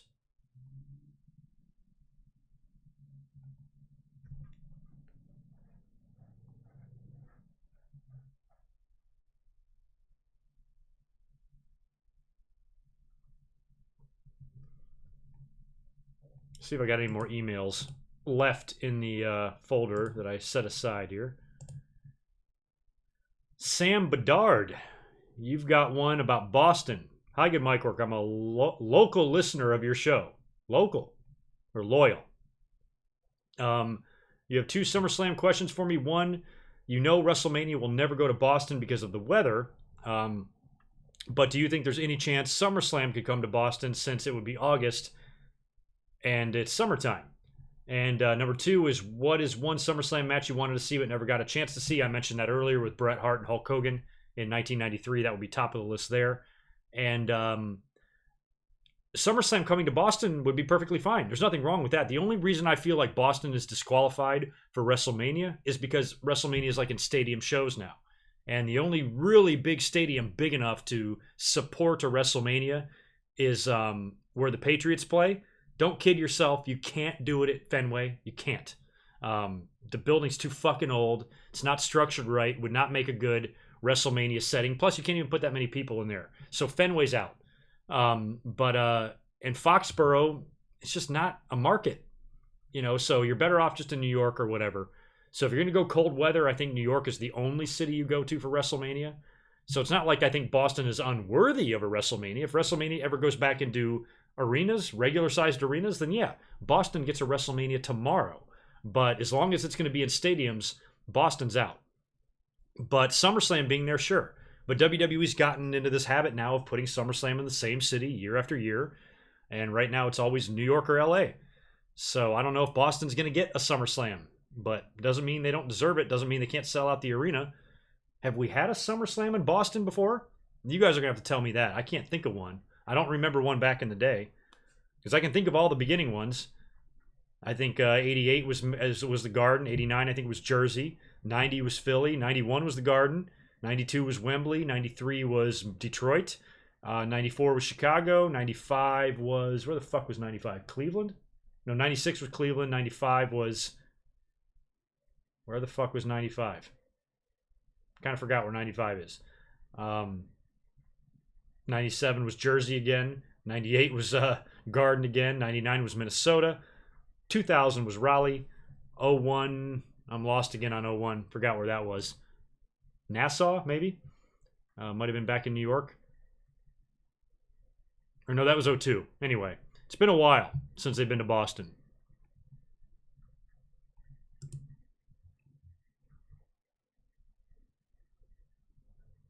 Yeah, speaking of that, Jordan, thanks for the super chat. I appreciate it. I was there to see Kane being unmasked, and I remember being so confused or concerned because I didn't really want to see Kane be unmasked.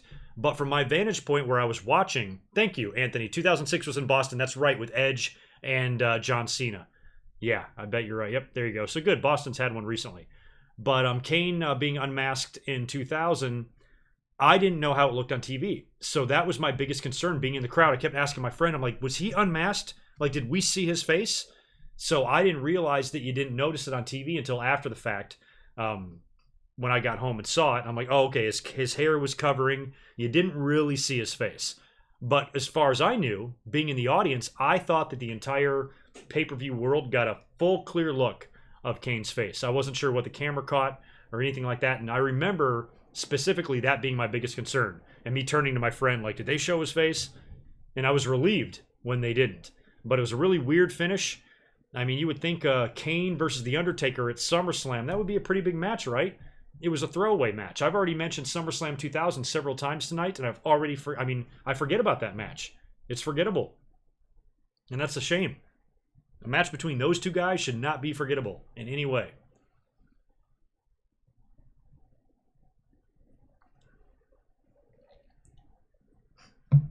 Yeah, I'm down for them putting SummerSlam in a stadium. They don't have to do it every year, but to give it a shot, I think it would be fun. I've mentioned down here in Petco. We talked about that. The only problem, I think Wrigley is going to deal with the same thing that I'm going to deal with here in San Diego, is that August is baseball season. So it's perfect weather for a city like Chicago.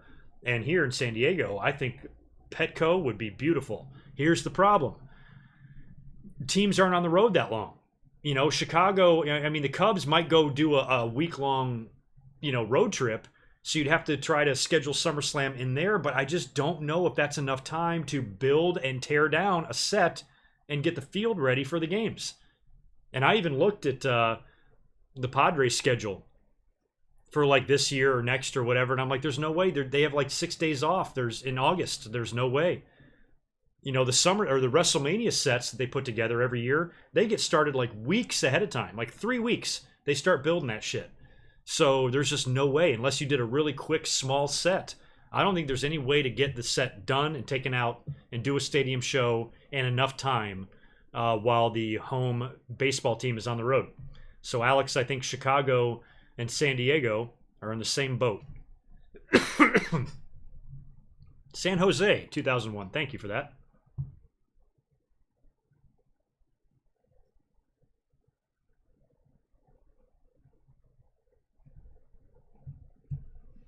Brittany, I don't know about DC getting a SummerSlam either. It just depends on if WWE wants to continue this trend of keeping it in the same city for a few years at a time. And they're going to move it next year. And that's what we got to talk about because WrestleMania is going to be in New York. So you're not going to do SummerSlam there. So are you going to bring it back to LA or are you going to put it in another venue? I would prefer, I'm going to be selfish here and hope that it comes here. And you bring SummerSlam back to LA and I can go.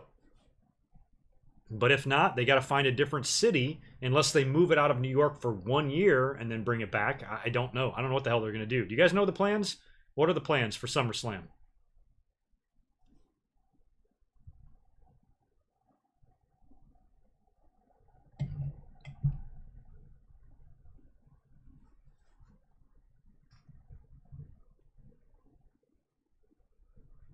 Rice Jones, if Rock stayed in 2002, does Brock become champion? I still say yes.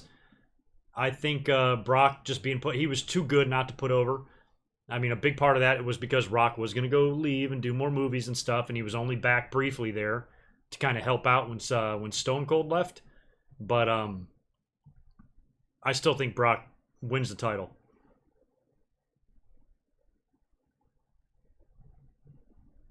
Good suggestion, John Reddifer. Just put Braun Strowman in charge of tearing down the set. You'd have that shit done in 10 minutes. Done.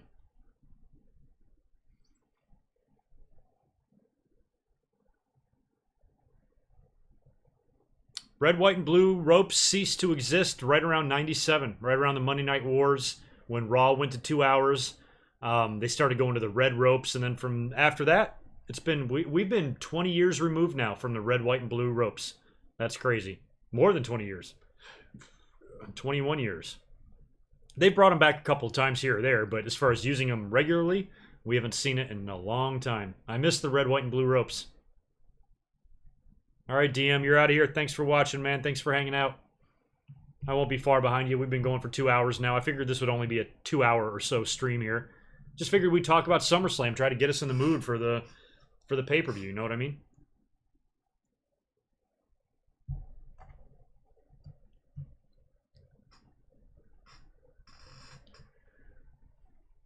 Yeah, I'd be fine. If WWE does not want to put SummerSlam back in LA and they start going to maybe like baseball stadiums and shit, fine. I'm totally cool with it.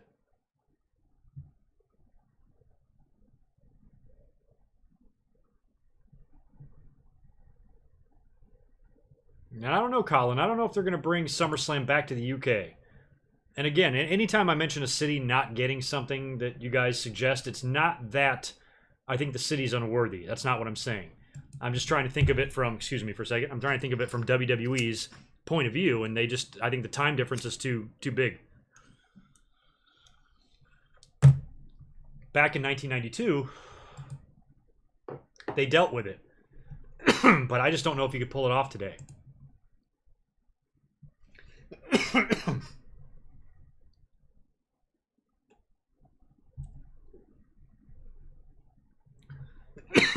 Man. No, and I don't think a Big Four pay-per-view will really go anywhere to Saudi Arabia either. Nowadays, with the network and stuff, though, countries like England and stuff and Saudi Arabia, they can get big shows now. It doesn't have to be one of the WWE's regular pay-per-views. They can just do a show over there. So, we've seen that.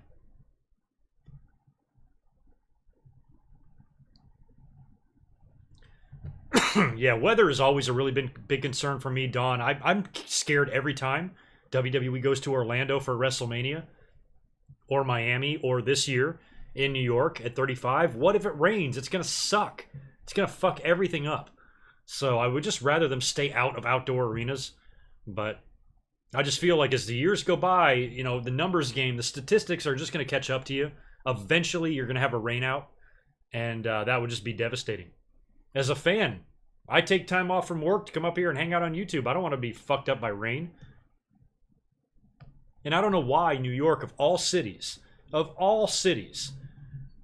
going to have one big-ass stadium that two football teams are going to share, and you're not putting a roof on it? Or at least a retractable roof? Damn.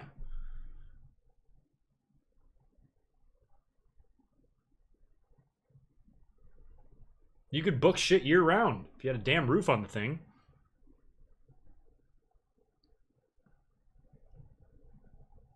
All right, Stephen Scott, good night. See you on Sunday. Yeah, and Sunday, you guys can kind of come in and out and all of that, you know, tune into me sometimes, tune out, go back and watch the pay-per-view, come back and see what I'm doing. I'm just going to be sitting here just like this pretty much, watching the show. Just figured I'd give it a shot.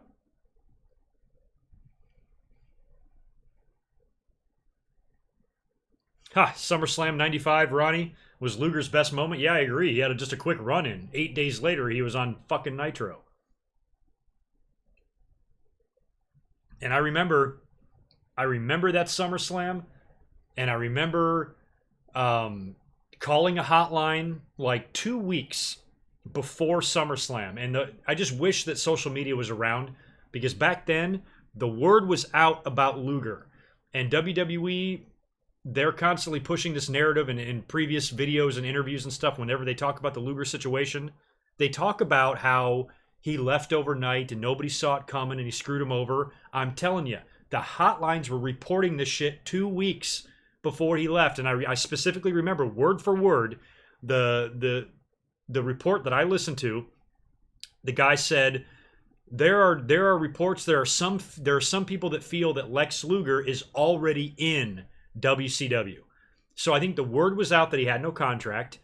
WCW has already been stealing a lot of WWE talent as it is. Hogan and Bossman and Duggan and Savage and all those guys had already gone over there. Luger seemed like a likely choice. So the word was out, man. So when Luger showed up on Nitro, I mean, I was shocked as hell just because of the visual, but it's like, oh, yeah, we kind of heard that might happen. But I thought that it wouldn't happen when he did the run-in at SummerSlam 95 and helped out Diesel or whatever, because Davey Boy Smith had just turned heel, and Lex had made some sort of a run-in in that match to help out. But yeah, crazy stuff, man.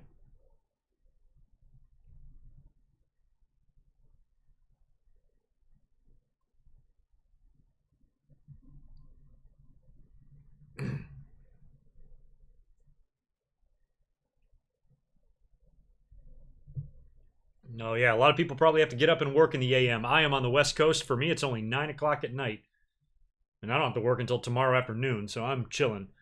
But I'll probably be getting out of here soon as well, as the numbers start dwindling. This was just kind of a hangout night, and just try to get us ready for SummerSlam.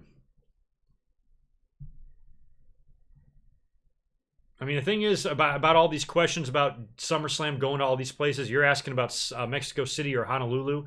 WWE is only going to do this if it really benefits them financially for some reason. Otherwise, it's going to be really difficult for their core audience here in the States to watch something that is in a different time zone. Mexico City wouldn't be a big deal. That's just West Coast time. But Honolulu is a whole different story. The UK is a whole different story. I just don't know. Mexico City would be quite amazing, though, if they did that. So Mexico City could work. Mexico City is huge. I just recently watched like a documentary on Mexico City. Oh my God. So many guys. I mean, I live here in San Diego. I'm right down the road from the Mexican border. And I hear a lot of people talk about Mexico City and how crazy it is. Half of me wants to visit it. Half of me is scared to visit it.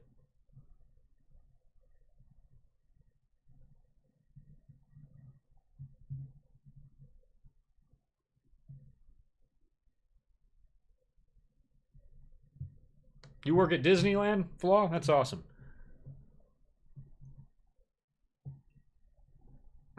You're the one in Anaheim? My sister is obsessed. Her and her husband, they take the train up there constantly. Going to Disneyland. You've probably met her.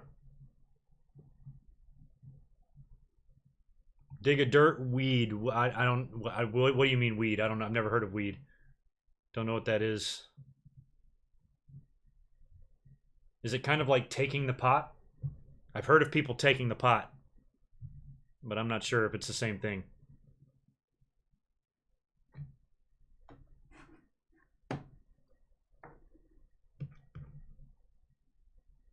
You know, we talked a lot about Lex Luger, Xander, with SummerSlam 94 and SummerSlam 95 and SummerSlam 93. I mean, he was pretty prominent on those shows, especially 93. And I was never a fan of Lex Luger. I remember just disliking him in the 90s. But I am not going to deny that he's a Hall of Famer. Of course he is. He was a big name. He's a former world champion. One of the most iconic and most over title victories in wrestling history was when he beat Hogan on Nitro with the fucking torture rack. It's an amazing moment.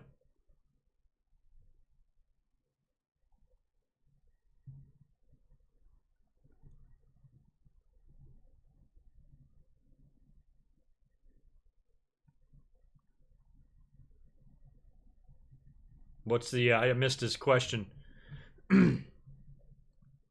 Do I feel, Brian Spencer, do I feel that Orton's win in 04 was in response to Lesnar leaving? Yes, absolutely. I've talked about that for years. I probably brought that up a dozen times minimum. over the years that Randy Orton getting the belt was specifically done to take the youngest world champion moniker away from Brock Lesnar. And a lot of fans say, oh, it's different belts. I don't care. It doesn't matter. The point was to have a world champion that was younger. So when they say Brock Lesnar is the youngest WWE champion of all time, well, now Randy Orton's the youngest world champion of all time. I think a world title is a world title. And you know that. Ric Flair is billed as a 17-time world champion, not as a 3-time WWE champion and a 4-time WCW champion and an 8-time NWA champion. There's no breakdown. If you're a world champion, you're a world champion, period. So I think that Randy Orton's win was absolutely done in response to Lesnar leaving, because they didn't want Lesnar going on his entire life being the youngest champion ever. They weren't going to run into this opportunity again. When were they going to find another guy that's 23 years old that's ready to be world champion? Their only option was Randy Orton. And another year, then he would have been too old. So they had to do it, and they had to do it right away. So they put the belt on him at SummerSlam, and I was fine with it. I like Randy Orton. I loved his feud. I loved him as Intercontinental Champion. I loved his feud with Mick Foley. I thought he earned a lot of respect in the hardcore match, taking the thumbtack bumps and all of that. And I was fine with WWE making another star. Even if that meant it was at the expense of Chris Benoit, I didn't care. I understood totally. I supported the decision to put the belt on Orton in 2004. 100%. Vince Hamilton, I mentioned that earlier on about the Hart Foundation, but I wouldn't be surprised at all if New York is where they go in. I think that would be perfect. And I said Jimmy Hart can induct him, and Natalya and Bret Hart can accept. I think that would be nice. And I think it would be something nice WWE could do for Natalya. They might be doing it more for her than anybody else. So keep a lookout for the Harts going in this year.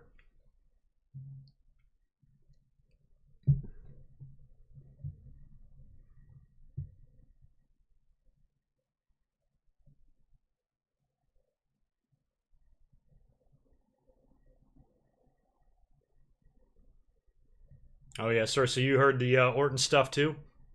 I don't remember specifically like reading message boards or websites around that time. To me, it was just obvious that WWE they didn't enjoy or appreciate Lesnar leaving, and they were a little bit freaked out. So they tried to replace him with Batista and remove all of his accolades with Randy Orton being the next young big thing. But yeah, and you're kind of right, Anthony. I mean, imagine that. Randy Orton, a guy who in his own right, much like John Cena and others, have been accused, or has been accused of holding guys down and always being pushed and shit like that. He was straight up buried by Triple H. Right after he won the belt, Triple H, took the belt off of him like the next month? Fucking bullshit. I was ready to see Randy Orton run with it for a while. And he didn't even stay a babyface for very long. They wound up turning him heel again. Orton's better as a heel. That's been proven. We know that. But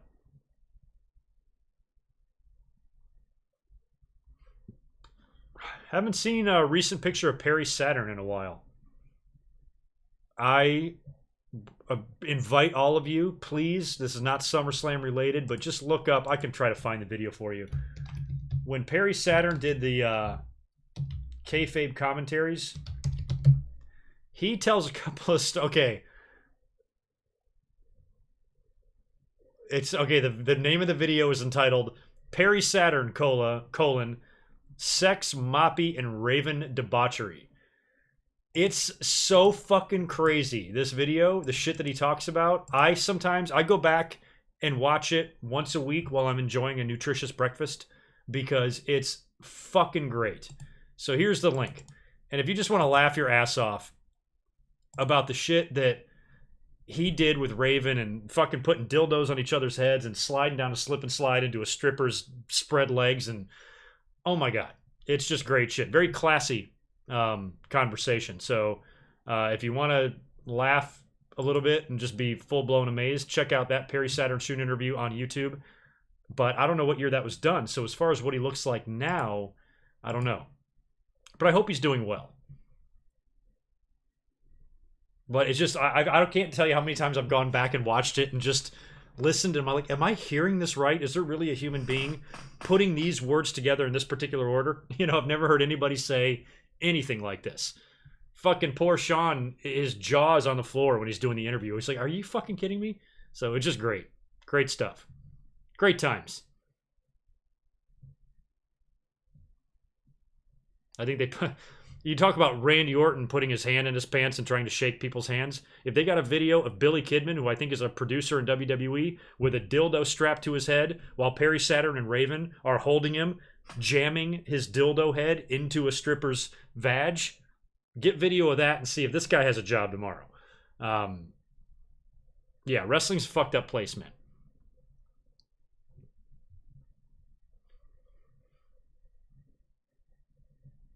But man, I'm glad I never became a wrestler, because that's about the age I would be, and I would have probably been around the ECW guys and stuff, and I'd be dead.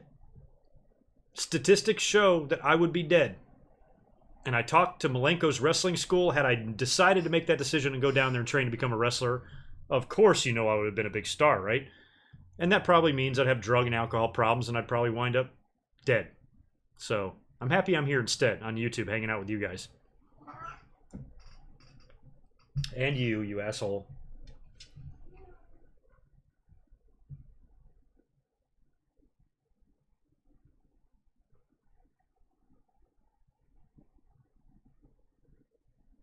I'm trying to think, did Raven have any SummerSlam matches? I don't think that he did. I think Raven was another guy that was totally misused. I loved Raven. I thought he could have been awesome in WWE. They just didn't want to push him or anything.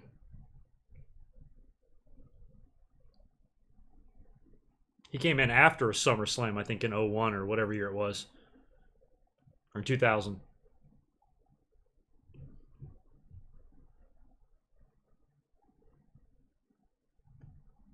Oh, so Perry Saturn's not doing well? That's a shame. I'll have to listen to that, man. I tell you, Bruce and... Conrad Thompson, he's put a hurting on Jericho and Austin's podcast business, I think, because I listen to those podcasts religiously, and I have not listened to either one of them in quite a while. Not because I don't want to, not because... It's just because I listen to the other ones first, and I'm behind. I don't have time. I only listen to the shit when I'm in the car, commuting back and forth to work. So, I'm way behind on, like, Jericho and Austin's shows. But if there's a Perry Saturn one, I'd like to take a listen to that.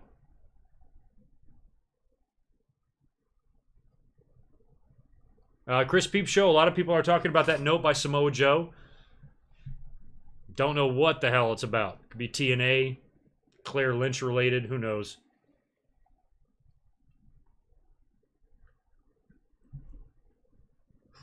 Oh, well, thank you, Tony. But yeah, Raven, he's a crazy dude.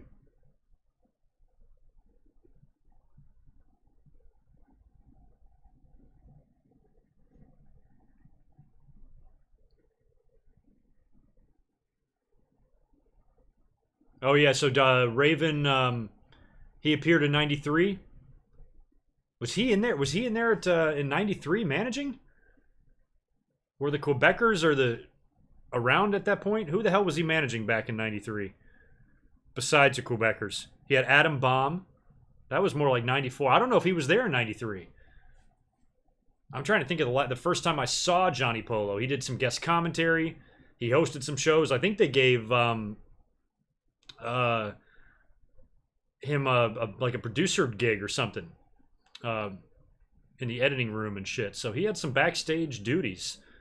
I just remember him showing up in like early '94. I'm trying to think who the hell he was managing back then. Was he around at Survivor Series '93?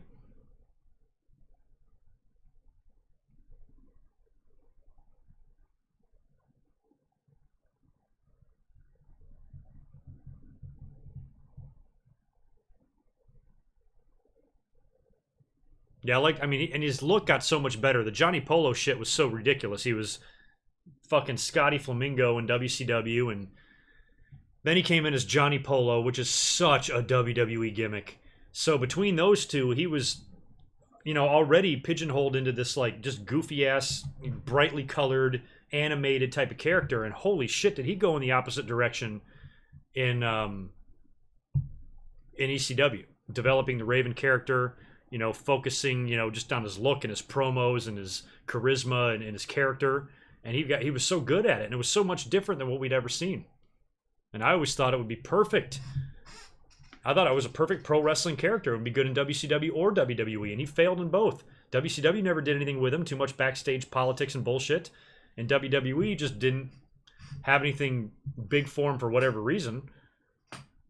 It's kind of like the deal where, when you come up to the main roster from NXT, the magic is gone. The ECW aura of Raven did not translate into WCW or WWE. Felt like he was getting close with the flock, but never did anything. Thank you for the super chat, John. Worst SummerSlam matches. I'm just going to have to think about that for a bit. I definitely can think of 1995 right off the bat. Terrible tag team match. Chris Candido had like a broken neck. Or no, that was 96. But 95 was his match with Barry Horowitz. Didn't like Jerry Lawler and Jake Roberts in 96 either.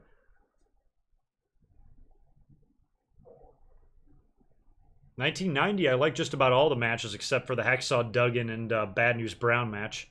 And I'm sure there's a lot in modern times that suck, but I have no recollection of those.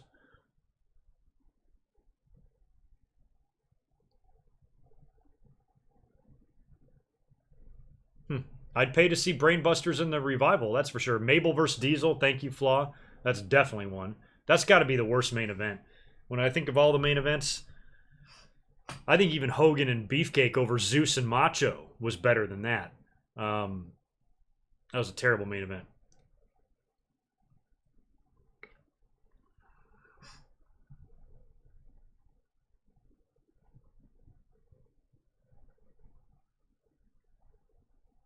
Oh, yeah. Bash, you're 36. There was somebody in here that's 45. God, it's crazy being in your 40s, man. I got another one coming up on September 6th. That's my next birthday. I would like to slow things down if I could and go in reverse. Maybe shave 20 years off.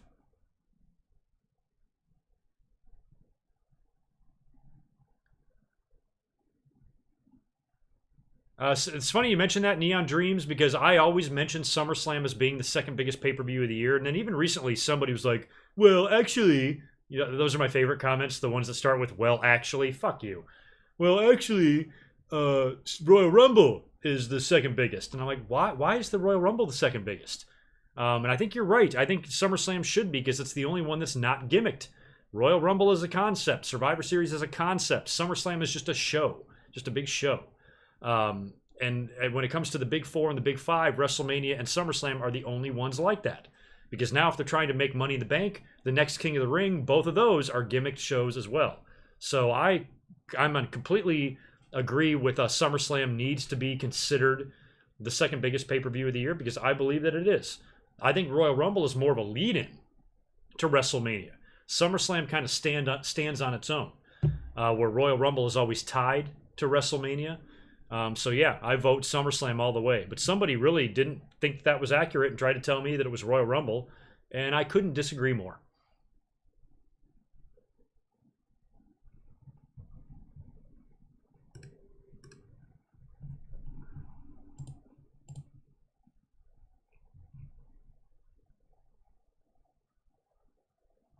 You're turning 24 on September 7th. I'll trade with you. You feel like being 20 years older? Want to take my place? I'll be 24 again. I'll be hitting the club. Chasing all the honeys. No super chat coming in. Chris, I think it said. Yes, Chris Ludecki. Thanks again, man, for that $5 super chat. I appreciate it. Buy or sell Bret Hart versus Mr. Perfect SummerSlam 91 or Bret and Bulldog 92. Bret and Perfect 91. I love that match. It's so beautiful. Bret and Bulldog, I do think it is good. It's a really good match. One of my favorite SummerSlam matches ever. I give it like a half a star less than what the general population wrestling world gives it. Couple of problems I had with it. Bret swears up and down that Bulldog was all fucked up the night before on crack, and wasn't performing well and missed a couple of spots. So there's a couple of botches in the match, and a really scary one on the outside of the ring where Brett could have blown his knee out. I thought the finish and the 3 count was too quick, wasn't dramatic enough for me. Crowd pop was amazing. Atmosphere was amazing. The whole moment for Davey was amazing. But I much prefer Brett at 91.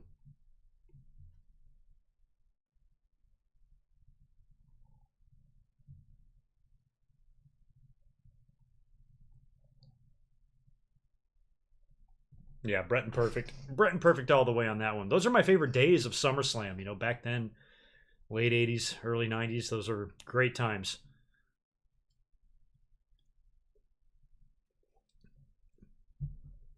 BW Roses, thanks for the super chat. I loved it. I marked out for Charlotte's crack on Carmella. She was right. I tweeted it. I said there has never been a more accurate statement uttered ever. It was great. So yeah, I'm fully on Charlotte's side on that because she's right. And I'm not even a Carmella hater. I understand that in all the women's wrestlers, you got to have some different ones. You can't have everybody being a 5-star caliber wrestler. They can't all be great. So Carmella, I kind of like the weaker champions that somehow find a way to escape pay-per-view after pay-per-view. So I don't mind that they have Carmella in the situation, but Carmella, I put her in the category of a Maurice or a Melina or somebody like that. Somebody that gets in the ring from time to time. They were during that Diva era. And, Jillian Hall, people like that. I feel like Carmella is more on their level than a Charlotte or a Becky or a Bayley or a Sasha or an Asuka or a Baszler or a Rousey, or a Kairi Sane or a Nikki Cross or anybody like that. So I think Charlotte's right. And it helps get Carmella heat. Everybody when Carmella wins a match, they insist that the person she beat is buried every time. Charlotte's buried, Asuka's buried, everybody's buried. So that means that Carmella is not very good. So Charlotte bringing that up is accurate. And Carmella might find a way to escape again if they do a Charlotte heel turn or some sort of miscommunication between her and Becky, and Carmella can pull a fast one. Who knows? She could walk out of SummerSlam still champion. That'll please the fans. Twitter will love that. Melina was solid for the time. I don't think Melina holds up too well now. But considering the company that she was in, the Kelly Kellys of the world and stuff, yeah, Melina was solid. Eve wasn't horrible, but not good either,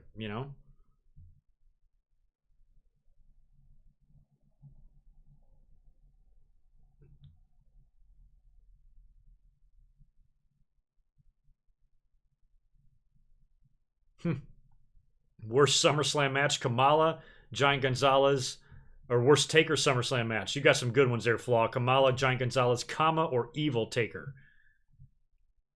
I'm going... Did he work Kamala? Oh, yeah, he did. 92. I'm thinking... why was I thinking I think it was the coffin match was Survivor Series. I didn't hate the Kamala match. I thought the Kamala feud was good for The Undertaker at the time because Kamala, previous to him being in WWE, he was a big time heel feuding with Hogan in the 80s. So him coming back in, putting him with Taker seemed like a pretty good fit. So I'm going to rule out that one. That one I didn't hate as bad. Gonzalez from 93, I'm probably going to have to put it up there. Kama was just forgettable. But again, I probably enjoyed Charles Wright in the ring a little bit more than somebody like Giant Gonzalez. And plus, Taker's working with his friend. And Evil Taker, the whole thing was bad, but the match itself, probably nothing can top Gonzalez. I mean, Giant Gonzalez just couldn't work.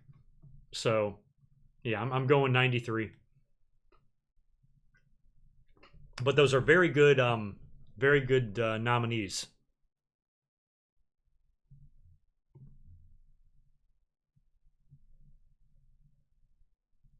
Yeah, one of the reasons why I didn't bring up Candice Michelle is because I remember she got better. I remember having like a little bit of respect for her. I didn't think she was Trish, but I thought she got a lot better. And for somebody that was a model and was doing softcore porn videos and shit, I thought she transitioned as well as anybody in her position could, considering all the idiots they had coming through in and out of the doors there and during some of those years. Just the random women, like the Amy Webbers and stuff. Like, who the fuck? Why them?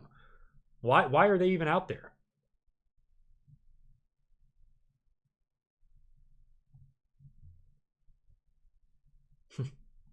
Ric Flair's sperm is older than you are. Yep. It's probably older than all of us. Ric Flair's sperm is old. It's got an autographed copy of the Bible. Its social security number is 1.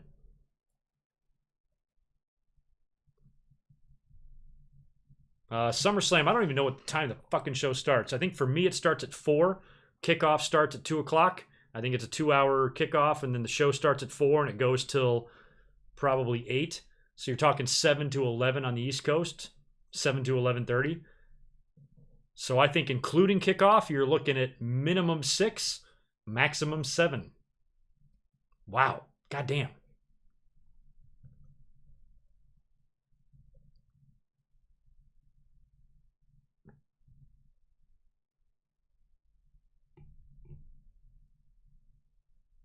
Joy Giovanni, she's another one.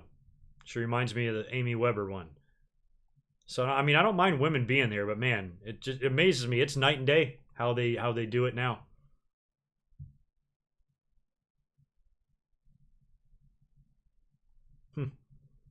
97 Sean and 2016 AJ. I'm an old school guy. I'm never voting against 97 Sean. That would be a match. That would be a match. You know, because when you think of dream matches, like, you know, it's one thing just to pit one guy against another, but when you can add the year to it and say, okay, this era Sean versus this era so-and-so, that's when you can have some fun. And 97 Sean and 2016 AJ, it doesn't get much more perfect than that. I've said it before, who needs porn?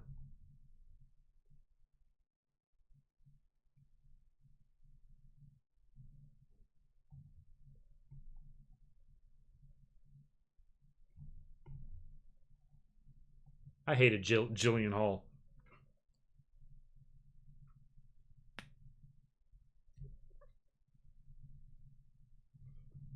Yeah, we have a lot to be thankful for in the women's division. I know it's not perfect. I know there's a lot of things that still frustrate us very much, but at least it's not 2008, you know, and a women's match is capable of entertaining us. A women's match is capable of displaying some good in-ring work. A women's match is capable of main eventing a Raw or a pay-per-view. And that's something, if those very words came out of my mouth in 2008, you guys would unsubscribe. You would say, this guy's out of his fucking mind. What's he talking about? He's stupid. We know that. So let's unsub. That's how ridiculous that statement would have sounded not all that long ago. So considering where we are now, I'm thankful. Could be a lot worse. Could be a lot worse.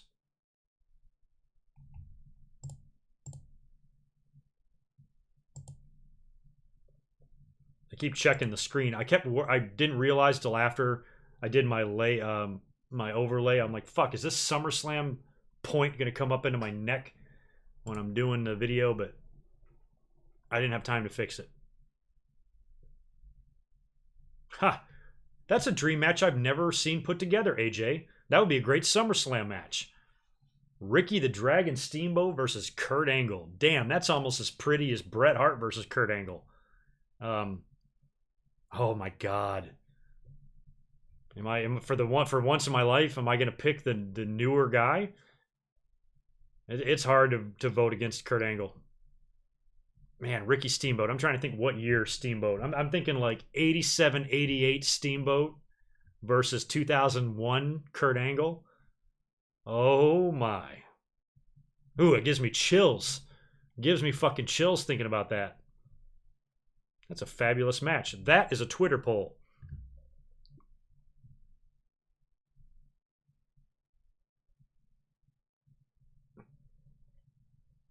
No, Thug Yoda. Still never got around to seeing any of the fucking G1, which sucks. All right, Joey, see you later. Big Bang Theory is on, so I understand. That show's fucking hilarious. I never watched it in sequence, but it's all over the place in syndication.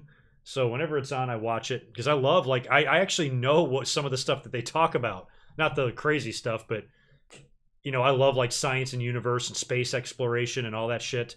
And I know a thing or two about like general relativity and, you know, and the universe and the Big Bang, galaxies and black holes and, you know, all that stuff. And they, that show's pretty accurate in its science. It's pretty great.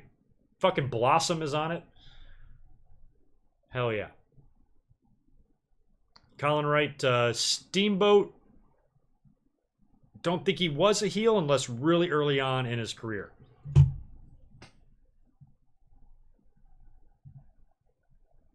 He was impossible to hate. Too nice of a guy. Smiling from ear to ear. But jacked as hell, man. Yeah, Beetle, I've said the same thing. Japanese wrestling sucks. There's no Roman Reigns. You can't have a successful promotion without a Roman Reigns. What the hell?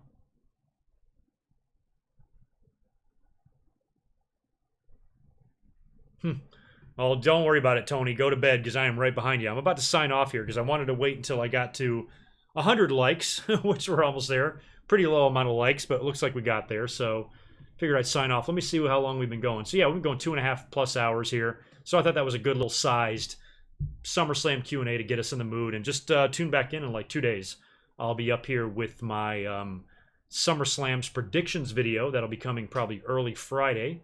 And then yeah, Sunday's going to be a big day. We'll be up here live streaming together. So, are you going to say goodbye too? Why don't you get down?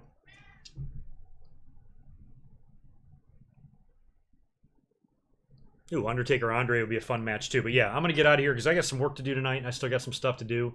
And I got some food to cook and eat and all of that. So thanks for hanging out. I thought it would be fun just to come up and talk about SummerSlam, get us in the mood. And you guys were cool to hang out with tonight, so I appreciate it. And like I said, don't forget, tune in Friday for my SummerSlam's predictions video, and then at the start of the regular pay-per-view, not the kickoff, but when the main card starts for SummerSlam, tune into YouTube, and you can catch me streaming the entire show, my reaction to it live. And follow me on Twitter, too, at GoodMicWork for all the latest news. And I'll talk to you guys in a couple days. Thanks for hanging out. Peace.